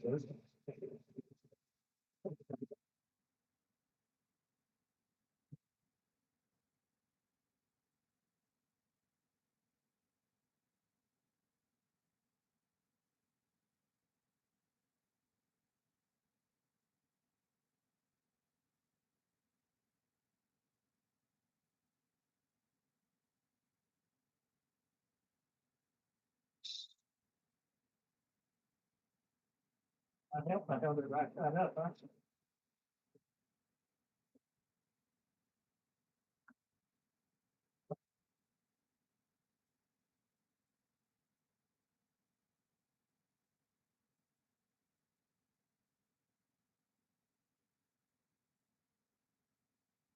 That is gonna do it.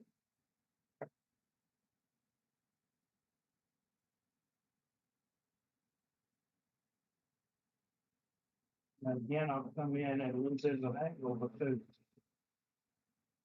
that's like it is right now.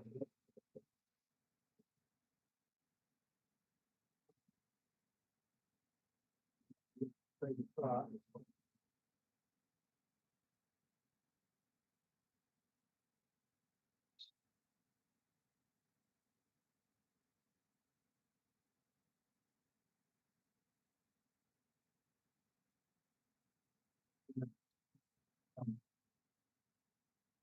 Turn it down.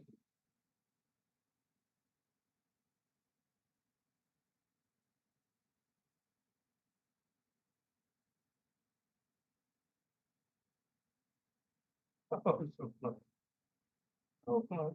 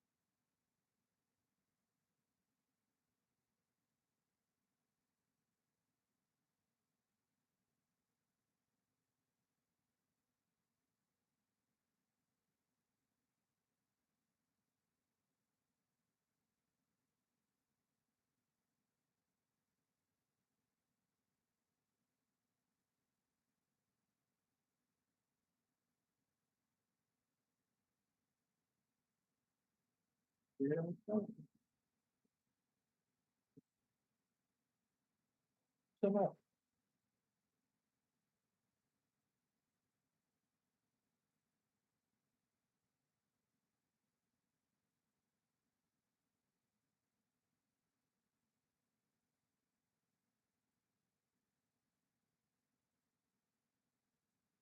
Perfect.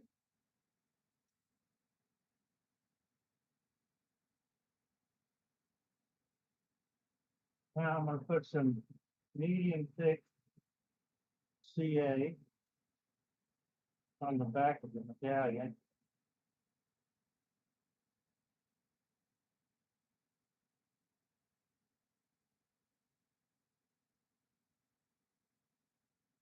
Spray that with activator.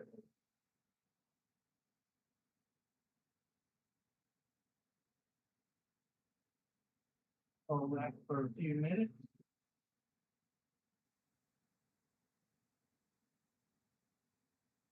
Doing a great job, Billy. Thank you. Okay.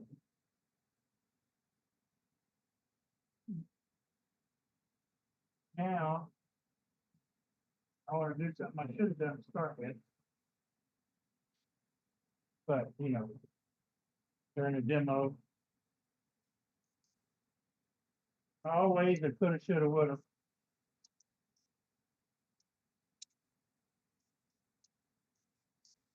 Clean this head just a little because it had to get it out.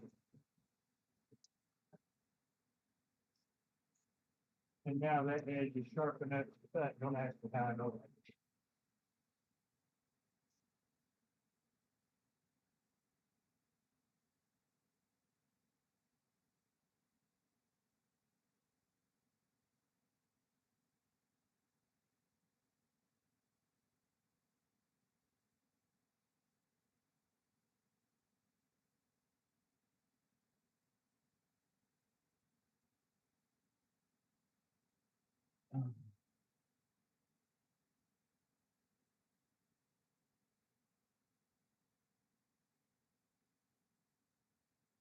Now this edge, the same thing on this bottom side.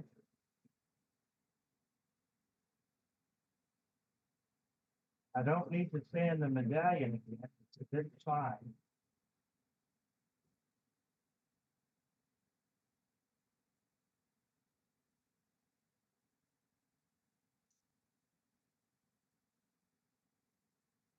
Do that damage. Oh, yeah, that's pretty good. I do want to do one more thing. Just so that it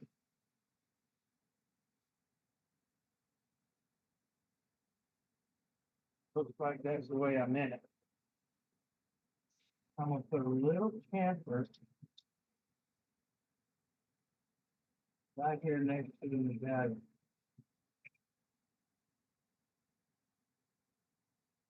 With my homemade point tool.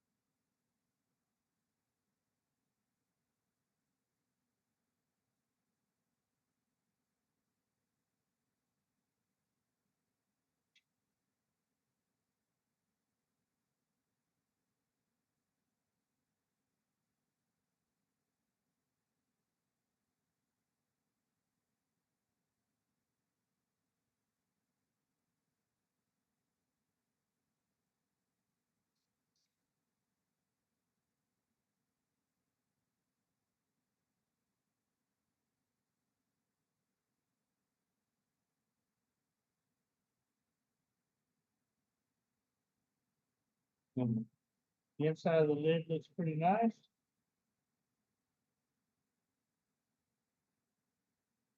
The outside of the lid looks pretty nice. Need to blow some of that sawdust out of there.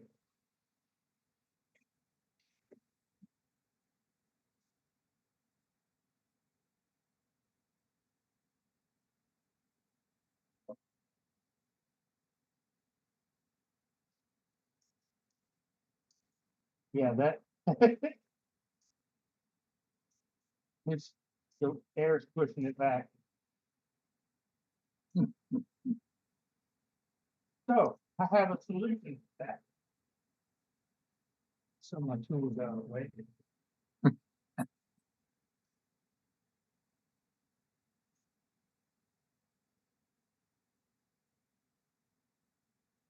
I need to bring it soft touch up.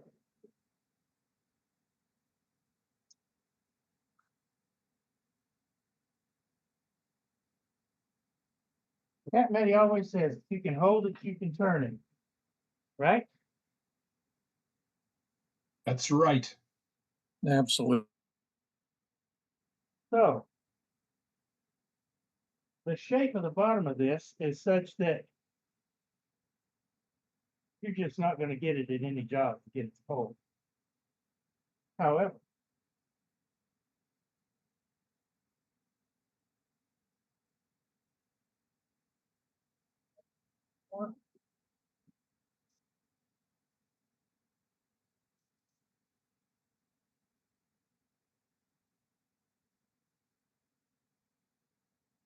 and more.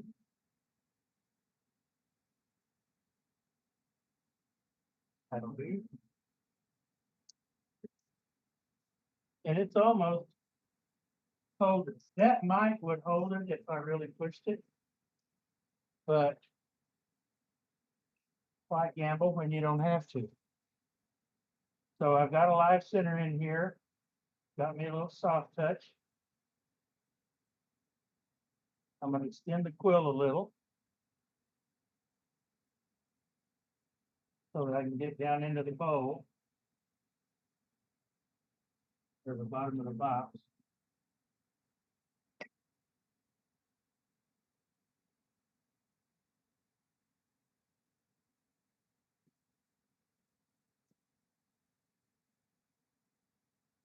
I help a lot my quill stock down. Now,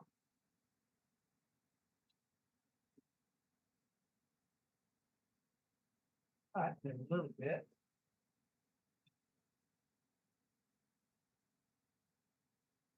Don't want to go crazy on it.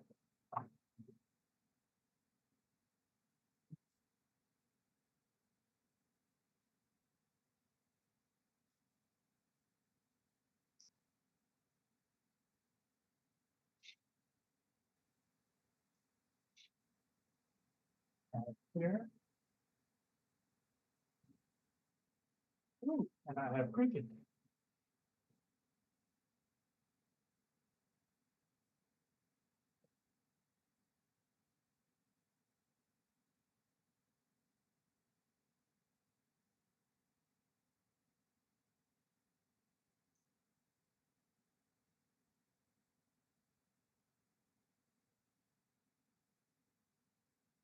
That is.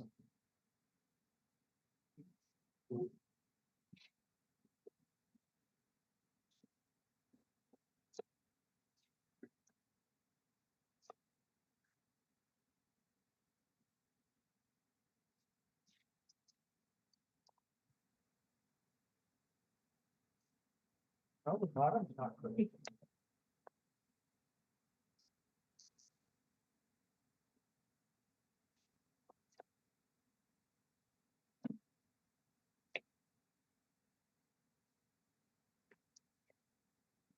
Wow, hard to make.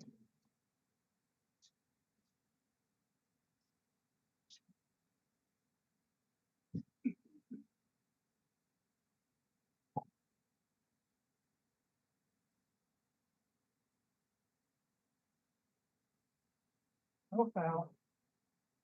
No harm.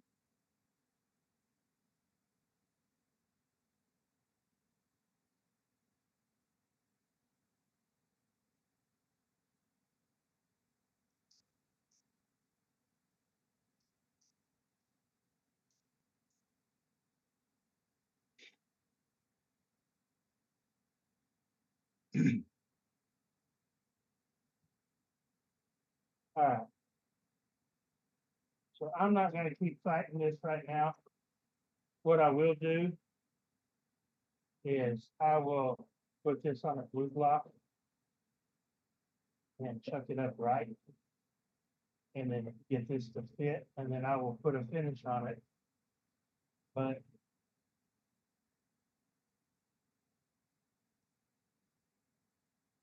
there's one way to use your guts chuck to make medallions or inserts for lids. And I kind of like the shape of that box. But that salted pecan is really pretty. That's gorgeous. Thank you. That's really nice. And it doesn't have any finish on it yet, but it will. Didn't give you And credit. I'll make sure I put, I'll send pictures to Joaquin. But there's no point in me fighting this on the live right now. That is really pretty, Bill. Boy, that is That's really, that's I can't really believe pretty. there's that much compression. It is compressing the air that much. Thank you. That's a hell of a fit. That was good, Billy. Yeah, I appreciate it. Yeah. Nice Maybe demo. maybe I should have made it looser. And then what? Good, Billy. And then what? That one more cut. Always. Always. Forever and always. One more cut. That's all it takes. Nah, it's wood awareness. Wood awareness. Maybe a little bit of sanding would make it just wide enough to let a little bit more air in or something. I don't know. Just a suggestion. It might.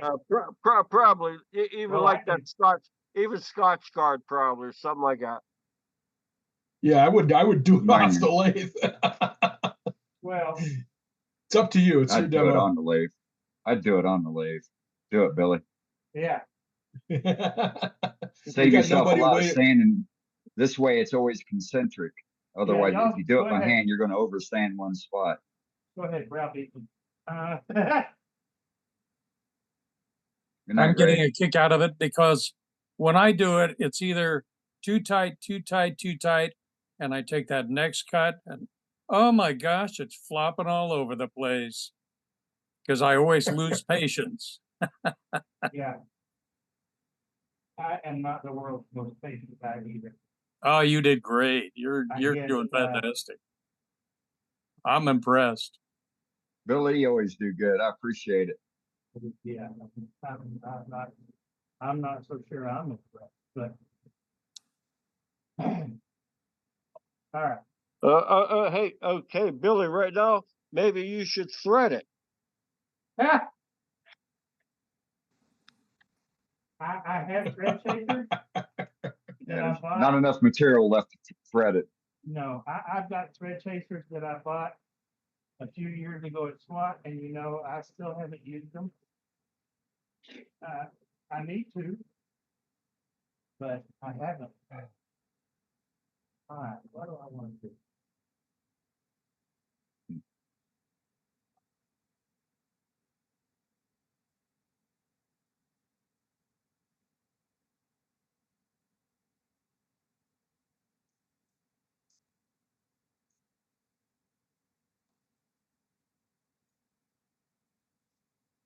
Vincent and Hedges commercial. Killing them. Thanks, Andy. Aha! There you go. We have Attaboy. success. But it's a pretty fit. Oh, dang it. Oh, is it too loose? Yep, it's just like Latrell. It's too Oh, loose. no. Yeah, you can't pick it up. You can't pick it up with the lid. Well, yeah, you can. The wood will still move and it'll tighten up, or it'll take into account the finish you put on it, so it'll still be a nice fit. Yeah. So what I'll do now, or not now, tomorrow, is I will put this back up here with these mated in the, you can see the grain matches up very, very nicely, even though I left that inside longer than you normally would when you do a box or when I do one. I usually leave a relatively small lip, but that grain in that pecan still lines up quite nicely. And I think that's called the pecan is pretty. That is some of a little tiny piece of the natural edge that I didn't cut away because I didn't want to. And it I has love one little crack in it that I feel was like CA. But there it is. A lid. I love and the an- shape, and- Billy. It looks Beautiful. great. Thank you. An embellished lid, vaulted pecan, in grain box. And I'm glad I didn't try to turn the inside of this live because, well, it was testy.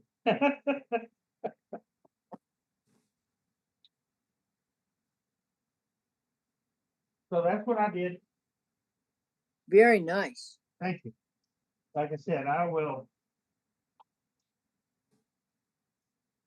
finish that up and put some finish on it. Make these match just a little bit. Cause I'll chuck it up and I'll bring my soft touch back up and I'll sand these so that they're even. And then put some finish on it, send the pictures to Walkie. Heck yeah. Beautiful. It's awesome, Billy. Thank you, thank you. Does anybody have Always- any questions? I always appreciate it. Good night, Ron. All right. See, I'm running people off. No, that ain't the case. It's getting close to bedtime for people is all. Billy, fantastic demo. I really appreciate it. You did a great job. I can't wait to see the finished product once you get the finish put on it. Yeah, I can't either. I think it's gonna be pretty. Yeah, it's gonna. Yeah, I that mean, and grain this- is gonna be cracking. And this, I just really like that. I think that is cool. Yes, It's a it neat is. touch. Yep. Yeah. No, Nice job, Billy. Thank you, Jim. Yeah. All right. nobody else has any questions for Mr. Billy, let's swing back to Captain Eddie and get his thoughts on these two demos we had tonight. I'm gonna shut down in here Captain and I'll Eddie. come back in the house. I got you, Captain Eddie.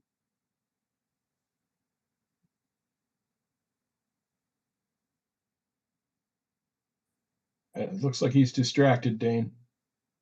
Yeah, he does. He's reading the chat. Yeah. Catching up.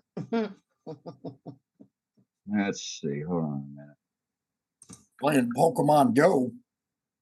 No, he doesn't do that. He's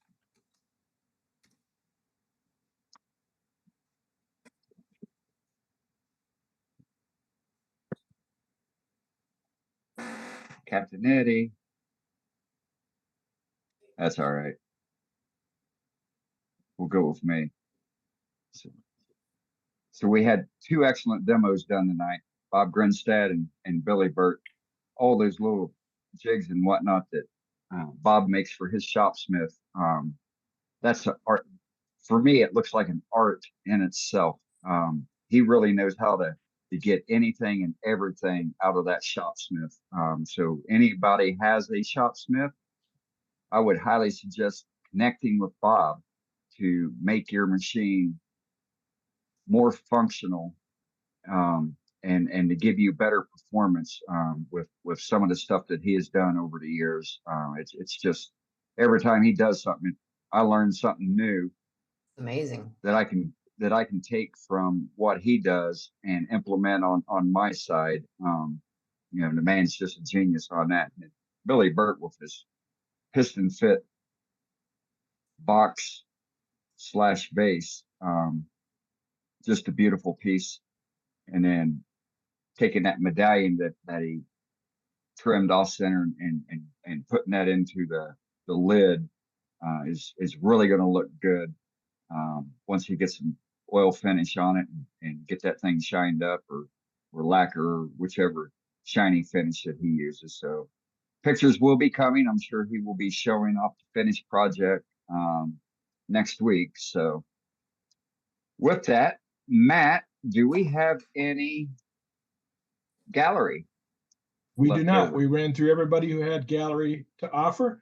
If anybody's got anything they'd like to show tonight, we do have some time for that. So we'd love to see your work. Please let us know in chat. Yeah, we got 30 minutes here to cover for the remainder of the meeting. Or if anybody has any questions on what to do, what not to do, we're here and open to be able to answer them and make things a little more easier for you. I can do one thing, Dane, with the games that we were playing the other night with the golden ratio stuff. Okay. This will just take a moment though. Okay. Looks like we need to, after you do yours, let's go back to the webmaster, Dave Rhodes, so he can point everybody in the direction on where the newsletter is at for the web page. Okay. Yeah, let me do this real quick. So this is a golden ratio calipers. It's made for like eyebrow balance stuff, but this is the little piece I showed earlier tonight. So let me just adjust this so you can see how that measures up. Yeah. So my midpoint is almost perfectly on the golden ratio. So I sort of looked at this earlier and I like, all right, I got to show these guys. So yeah. So it really helps out using the golden ratio to make your form have that adhesive look to it. Well, it's kind of interesting because I've sort of trained myself, right? We talked about that earlier, but it's like some of us have. It's always kind of amusing to me when I do a piece and I'm wonder. It's like, it looks close, but is it really? And then I get out the calipers and measure, and I'm like, that's cool, Right. Usually I can hit it pretty close. So didn't help your eyebrows. No, it didn't. It didn't at all. That was good. It's an ongoing discussion with the other people around me in my life. is I really don't want anybody messing with my eyebrows. And there are people who seem to think they should be plucked and cleaned out and all that other good stuff. And I'm, nah, screw that, guys. Yeah, I'm going to be old and gnarly and all that other good kind of stuff. So there you go. We Have also the have, woolly worm. also have a couple of people who said they have something to show, so. Yes, we Yep. do. Do you want to go to Dave? Do you want to go to Dave Rhodes first? Yep. I'm going to go to Okay. Dave now. All right, Dave, we got you. Okay, let's see. I hope everybody can hear me at the moment. Yep, you should be able to. Yes, we got you. All right, I'm just going to point out very quickly that we do have a slight change to the, let's see if we can share that. Is everybody now seeing the newsletter page? I wanted to point out, I'm sorry I didn't have it up in time. It is up there now. There is a lot of content. And this article on Eddie, fantastic, fantastic. And we do have more information here. And I've made a minor modification to the page also in terms of some people were having a problem getting a hold of the old newsletters. For some reason, the newsletters were screwing up. The little app I was using was screwing up on the side and they weren't showing up. Please let me know if you're not seeing the newsletters now. You should be able to easily find the available newsletters. Well, and notice we have a few items here. So do spend some time grabbing your newsletter off this page or reading it or going back and looking at some of the old ones. That's all I really wanted to point out. Apologize for not having it up earlier and apologize no for worries. the fact that we were having problems getting a hold of this listing. I wasn't quite, well, I know now why we were having problems on this page. We weren't having problems on the main page, but we were having problems here. So if we can go on to the news item, the other items, we might as well go on. Okay. Nothing else. Sounds good. Well done, Dave. All right, Matt, who we got? I think Joaquin up next, maybe? Yep, we got Joaquin is up next. Here we go. Okay. I shared with y'all last week our club challenge, which was doing some small bows with beads on it. And I was practiced on a couple of them. So I went to turn the one I was going to turn in. And this is a mulberry. And got a couple of beads on top, that on there, and a beaded foot. But I never did finish it. Because I don't know whether you can see it. Look at that end grain there. And it made me mad, you know, and I wasn't going any further. So I just quit right there. I did show it, but, you know, with all the beads, but I didn't finish it. Have to get a better piece of wood and everything. Or probably if I'd have soaked it with linseed oil, a couple of coats of it, it would have turned a lot better than it did, like it is. And still looks great. Thank you. And my wife said it's time to start doing some Christmas ornaments. This is a natural edge with a finial, natural edge top. And so that's nice. This has mesquite and hackberry finial. Wow. And I was looking through some stuff. Here's a white oak bow that I turned 6 months ago. It's warped about a ½ inch, and it's kicked up, you know, where the pit is. Mm-hmm. Sure did. You know. Cool. That's unique. That's unique. Does that? I love to show that, and people, how did you do that? Yes. I didn't do it. That's in God's formula. God took right. That's Mother's nature. Yeah. Mother nature, brother. Yeah. Can't get one like that at Walmart. Yeah. No, you sure can't. Yeah. Nope. Then I had a half a log of spalted hackberry laying in the shop, and I thought, well, I ought to do something to it. And so this is spalted hackberry. Ooh. So I did a swing. Pretty. That is nice. Well, thank you. Very nice. That.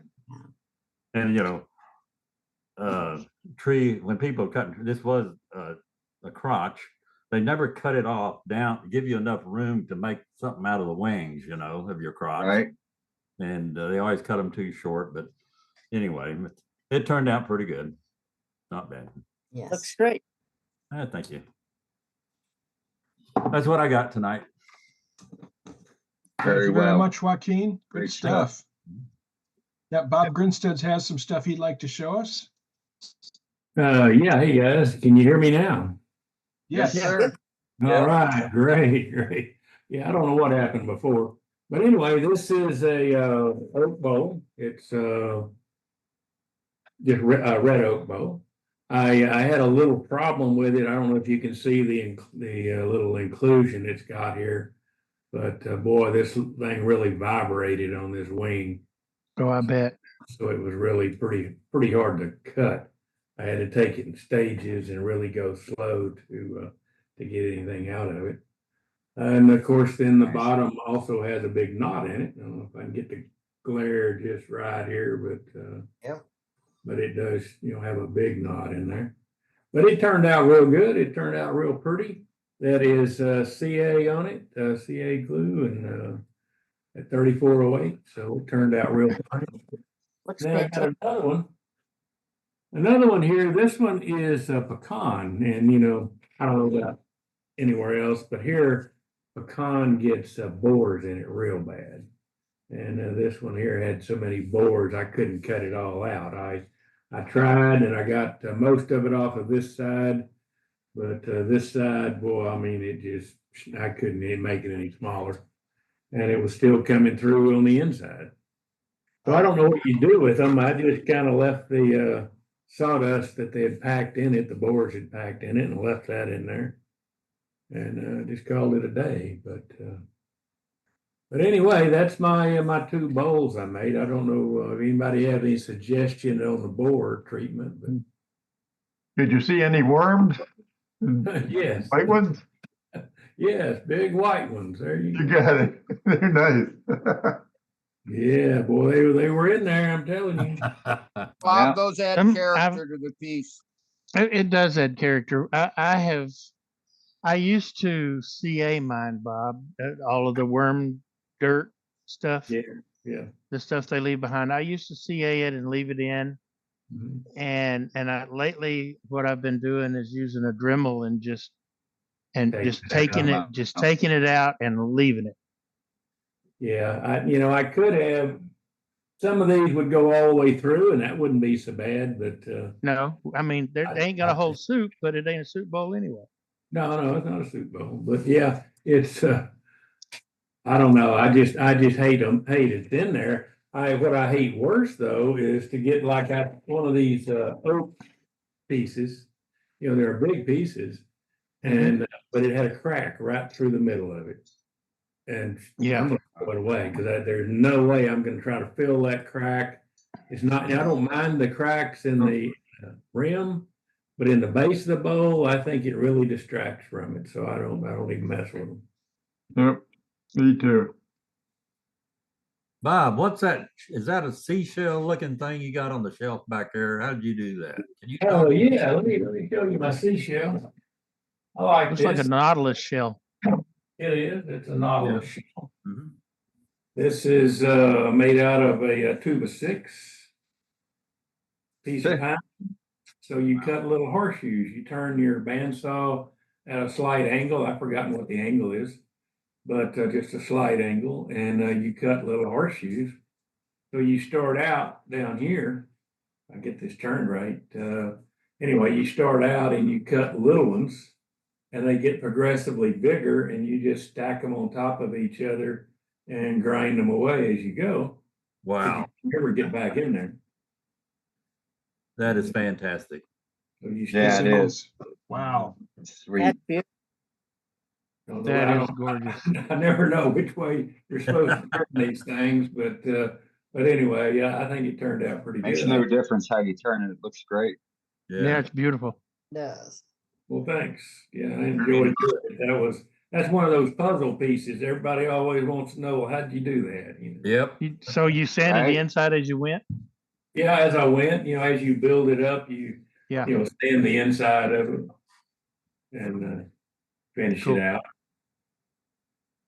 Wow. Man, Looks that'd like make a lot of, great, looks that like a would lot make of a work. great how-to project. It's really Yeah. not a lot of work. I mean, it goes real fast. So, I mean, you'd be surprised. All you're doing is sitting here cutting those little 1/4 inch horseshoes. And it just gets progressively bigger. But now I think that was out of pieces, maybe an 8-inch piece of 2x6 and to make those little horseshoes. Wow. Did Okay. you draw Yeah, it? it's pretty slick. Did you draw it or have a pattern or something? Or No, I just started out drawing the horseshoe, making a couple of horseshoes and cutting Yeah. them out. And then everything else I was making a 1/4 inch or 3/8 inch wider. I So see. there's really not any drawing to it, but That's a challenge. yeah. Yeah, it is. Sure is. But that's and then here's Cade's deal. You remember Cade and his Yep. Tippy tops? top.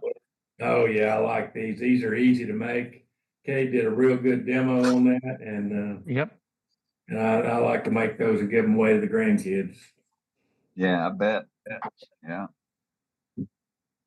So You got so some anyway, great stuff there, Bob.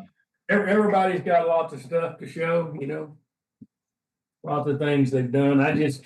My problem is I don't enjoy making a lot of the same thing I have before. I mean, there are definitely things I've made a lot of exactly the same thing, but I don't enjoy it. So I like to do the one-off pieces and then I keep them. Right. Yep, I'm with you.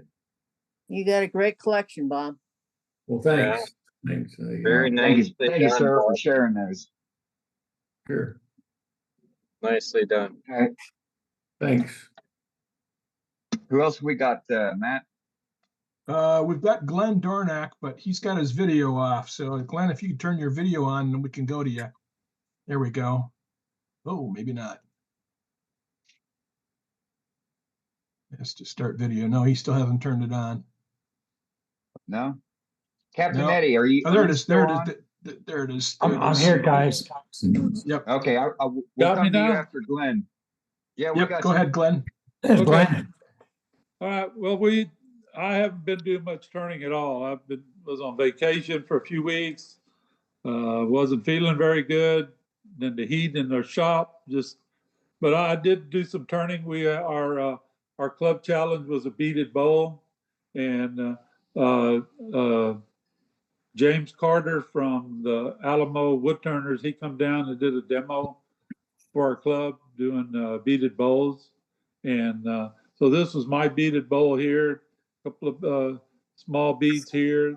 And then I had a bead here, and then I even turned some beads. There you go. Oh, wow. Some beads on the bottom. And I used my D-Way beading tools.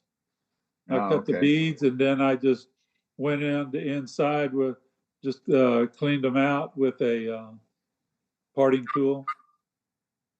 And but these two are below the outside where it'll sit flat. But Right. it's about 4.5 inch diameter, and it's out of mesquite. Yeah, that's what I thought. Pretty. Mesquite's so pretty. Yes, it is. Great That's job, all. Glenn.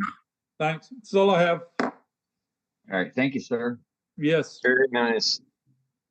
All right, let's swing back to Captain Eddie and see what he thinks about everything that's gone on tonight. Captain Eddie. Pretty good. Seemed like I drifted off a little while ago, but I was watching my iPad without the audio, not seeing the audio, so I missed y'all. That's what I figured. Yeah, that's what I figured. Yeah, I hope everybody's responding to that idea about getting together. And we need your input, folks. Remember, it's your wood turning club. What I've seen tonight is some great ideas and tips and hints and techniques. And remember, folks, we get together each week, we get ideas and techniques. And to me, that's the most important part of my turning, is when I go out into the shop and I can use your ideas and put them to work in my kind of work and take and say, oh, well, he's had an idea, but he's about halfway there. Let me take it all the rest of the way. And we've seen that in our meetings here, 100 times. We've seen some really professional jigs and rigs come up, and the next week somebody pop up and say, "Oh, look what I did to it!" And, gee, wow! And the guy that created it says, "Wow, I didn't think about that. That was one was screw, one was snap." And tonight, right off the rat, Bob showed us on a little gizmo to go into the side of your little I used to call them a pocket square because it was when you work with your tool bag, it was better than a combination square, the little aluminum stamp off square, and you could get them free if you bought enough hardware from people. But just the gizmos you could do on that and tricks you could use on finding ways to use it into the way you work in your shop. And that's what we look for. We look for secrets and ideas and changes and things, and that's the beauty of it. So again, if you haven't responded to our idea or our question about what do you think about getting together, we're still planning it. It's your club. And if you haven't seen the newsletter, David Rhodes has fixed a little glitch on our website. And that's David's, man. Look, it was immediate. He realized Stephen he had a problem. We don't wait a couple of days for the board to vote on it or whatever. He goes to work and gets it done. That's like JJ. He's working on next week and a week after the newsletters right now, waiting for your photographs. And some of the work we saw in gallery tonight, they deserve to be in that, especially that little patriotic little vessel. See him calling it a vessel. Okay, Matt, it's a vessel. A little patriotic vessel that Matt showed us earlier. That belongs in our newsletter. We need to see that kind of work. But what Matt showed us and showing that piece was, and Al Dawson had some real questions on it, was how did you get that? Where did they come from? How did you put that in? And it was kind of nice that he showed that he did relieve carve that.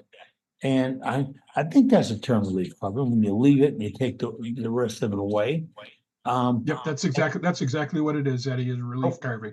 I think, yeah. And it's not easy to do. It's not. It takes a good bit of skill in sharp tools. I heard that tonight from Brenda. Hey, this ain't flying too good. You're gonna have my tools sharp. That's the point of what we always tell you is, remember before that last cut, sharpen up before that last cut. Not when you get done, sharpen it up before that last cut. One more pass before you make that final cut. And we pass on a lot of tips now. Remember what we learned tonight with safety tool by chainsaws. It used to gall me when I would see people go get a chainsaw and come to clear off a property or whatever. My in-laws did it one time. I had one after I got ill. They had a large tree fall in my yard, and they came over 2 or 3 chainsaws, and everybody's going to get a turn to go out and cut off some branches. It like that killed me.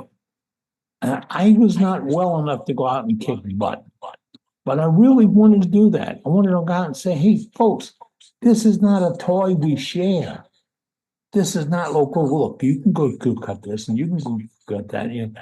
No, this will take an arm off. This take things that permanently hurt you, kill you. So it's not a toy. It's not a gizmo or a gadget. It's a weapon. And so, Sue pointed out, if there's something slightly wrong, put it down, walk away from it. It's not worth it. And you have to always think about that. Is it worth it? So I used to go through chainsaws like crazy, really, because if there was a slave problem, I'd give it away. I'd find me something else. And I really discovered that the better you got sometimes didn't mean the better you got. You spend more money, you didn't always get the best. The best one I ever owned was a steel, and it wasn't a large one. It was a fairly medium size, but that cylinder was hard to start. It really was, because I didn't get the compressor release thing on it. But I got used to it. I learned how to put it in a holder to crank it out. And I got to be pretty safe with it. Really. I got all the fingers, no band-aids. So giving you a couple of tips and hints this week. We saw some beautiful galleries, and I look forward to more. remember, if you got a beautiful photograph of your work, you have to share it. That's one of the rules. If you got something dealing with what you do, share it. That's the other rule. And just like going into kindergarten, you come in, you be nice, you make a friend, you go home with a smile. Can we get it any simpler than that? Really? That's why we get together every Wednesday night. I'm Captain Eddie Castro. It is my pleasure each week to gather with you to do something like this. And just to know that every time we get together, we gain something from wood turning. We really do.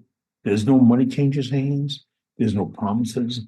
There's no guarantees, anything else, except the fact that I'm a friend, you're a friend, we're wood turners, and we got together. I look forward to seeing my friends again. Hope to see you back next week. I want to duck out because my boss is giving me the high sign. It's been kind of a long day for us. And gotta get ready for another one tomorrow. I think she's gonna kick my butt at the gym again tomorrow. Oh well. Good night, Eddie. That's it, folks. Y'all be good. And remember save the chat. Save the chat. Go right now, go to your chat and save it. It saves on your machine. But David's got his beat. He's got all the stuff saved on the world's greatest website for wood turning, worldwidewoodturners.org. Your wood turning website. No doubt about it. There's nothing like this in the world because you put it together. You brought it on. You do it each week. I'll see y'all next Wednesday. And remember, stay safe. Stay cool, please. Take care, Night, Eddie. Night, I'll take Eddie. take that Good light night, off. Eddie. See Eddie. I'm Night, coming, Eddie. boss. I'm coming. Oh man. Okay, now get down and do 20. 20. You first, Al. You first. Yeah. Hey. Man, only 20? Why not 100? Might as well, because I'd be happy to do 5. I'd be happy to do 5, you guys. No, You and me too, I think. there's nobody here to help me get off the floor. That's right. That's right.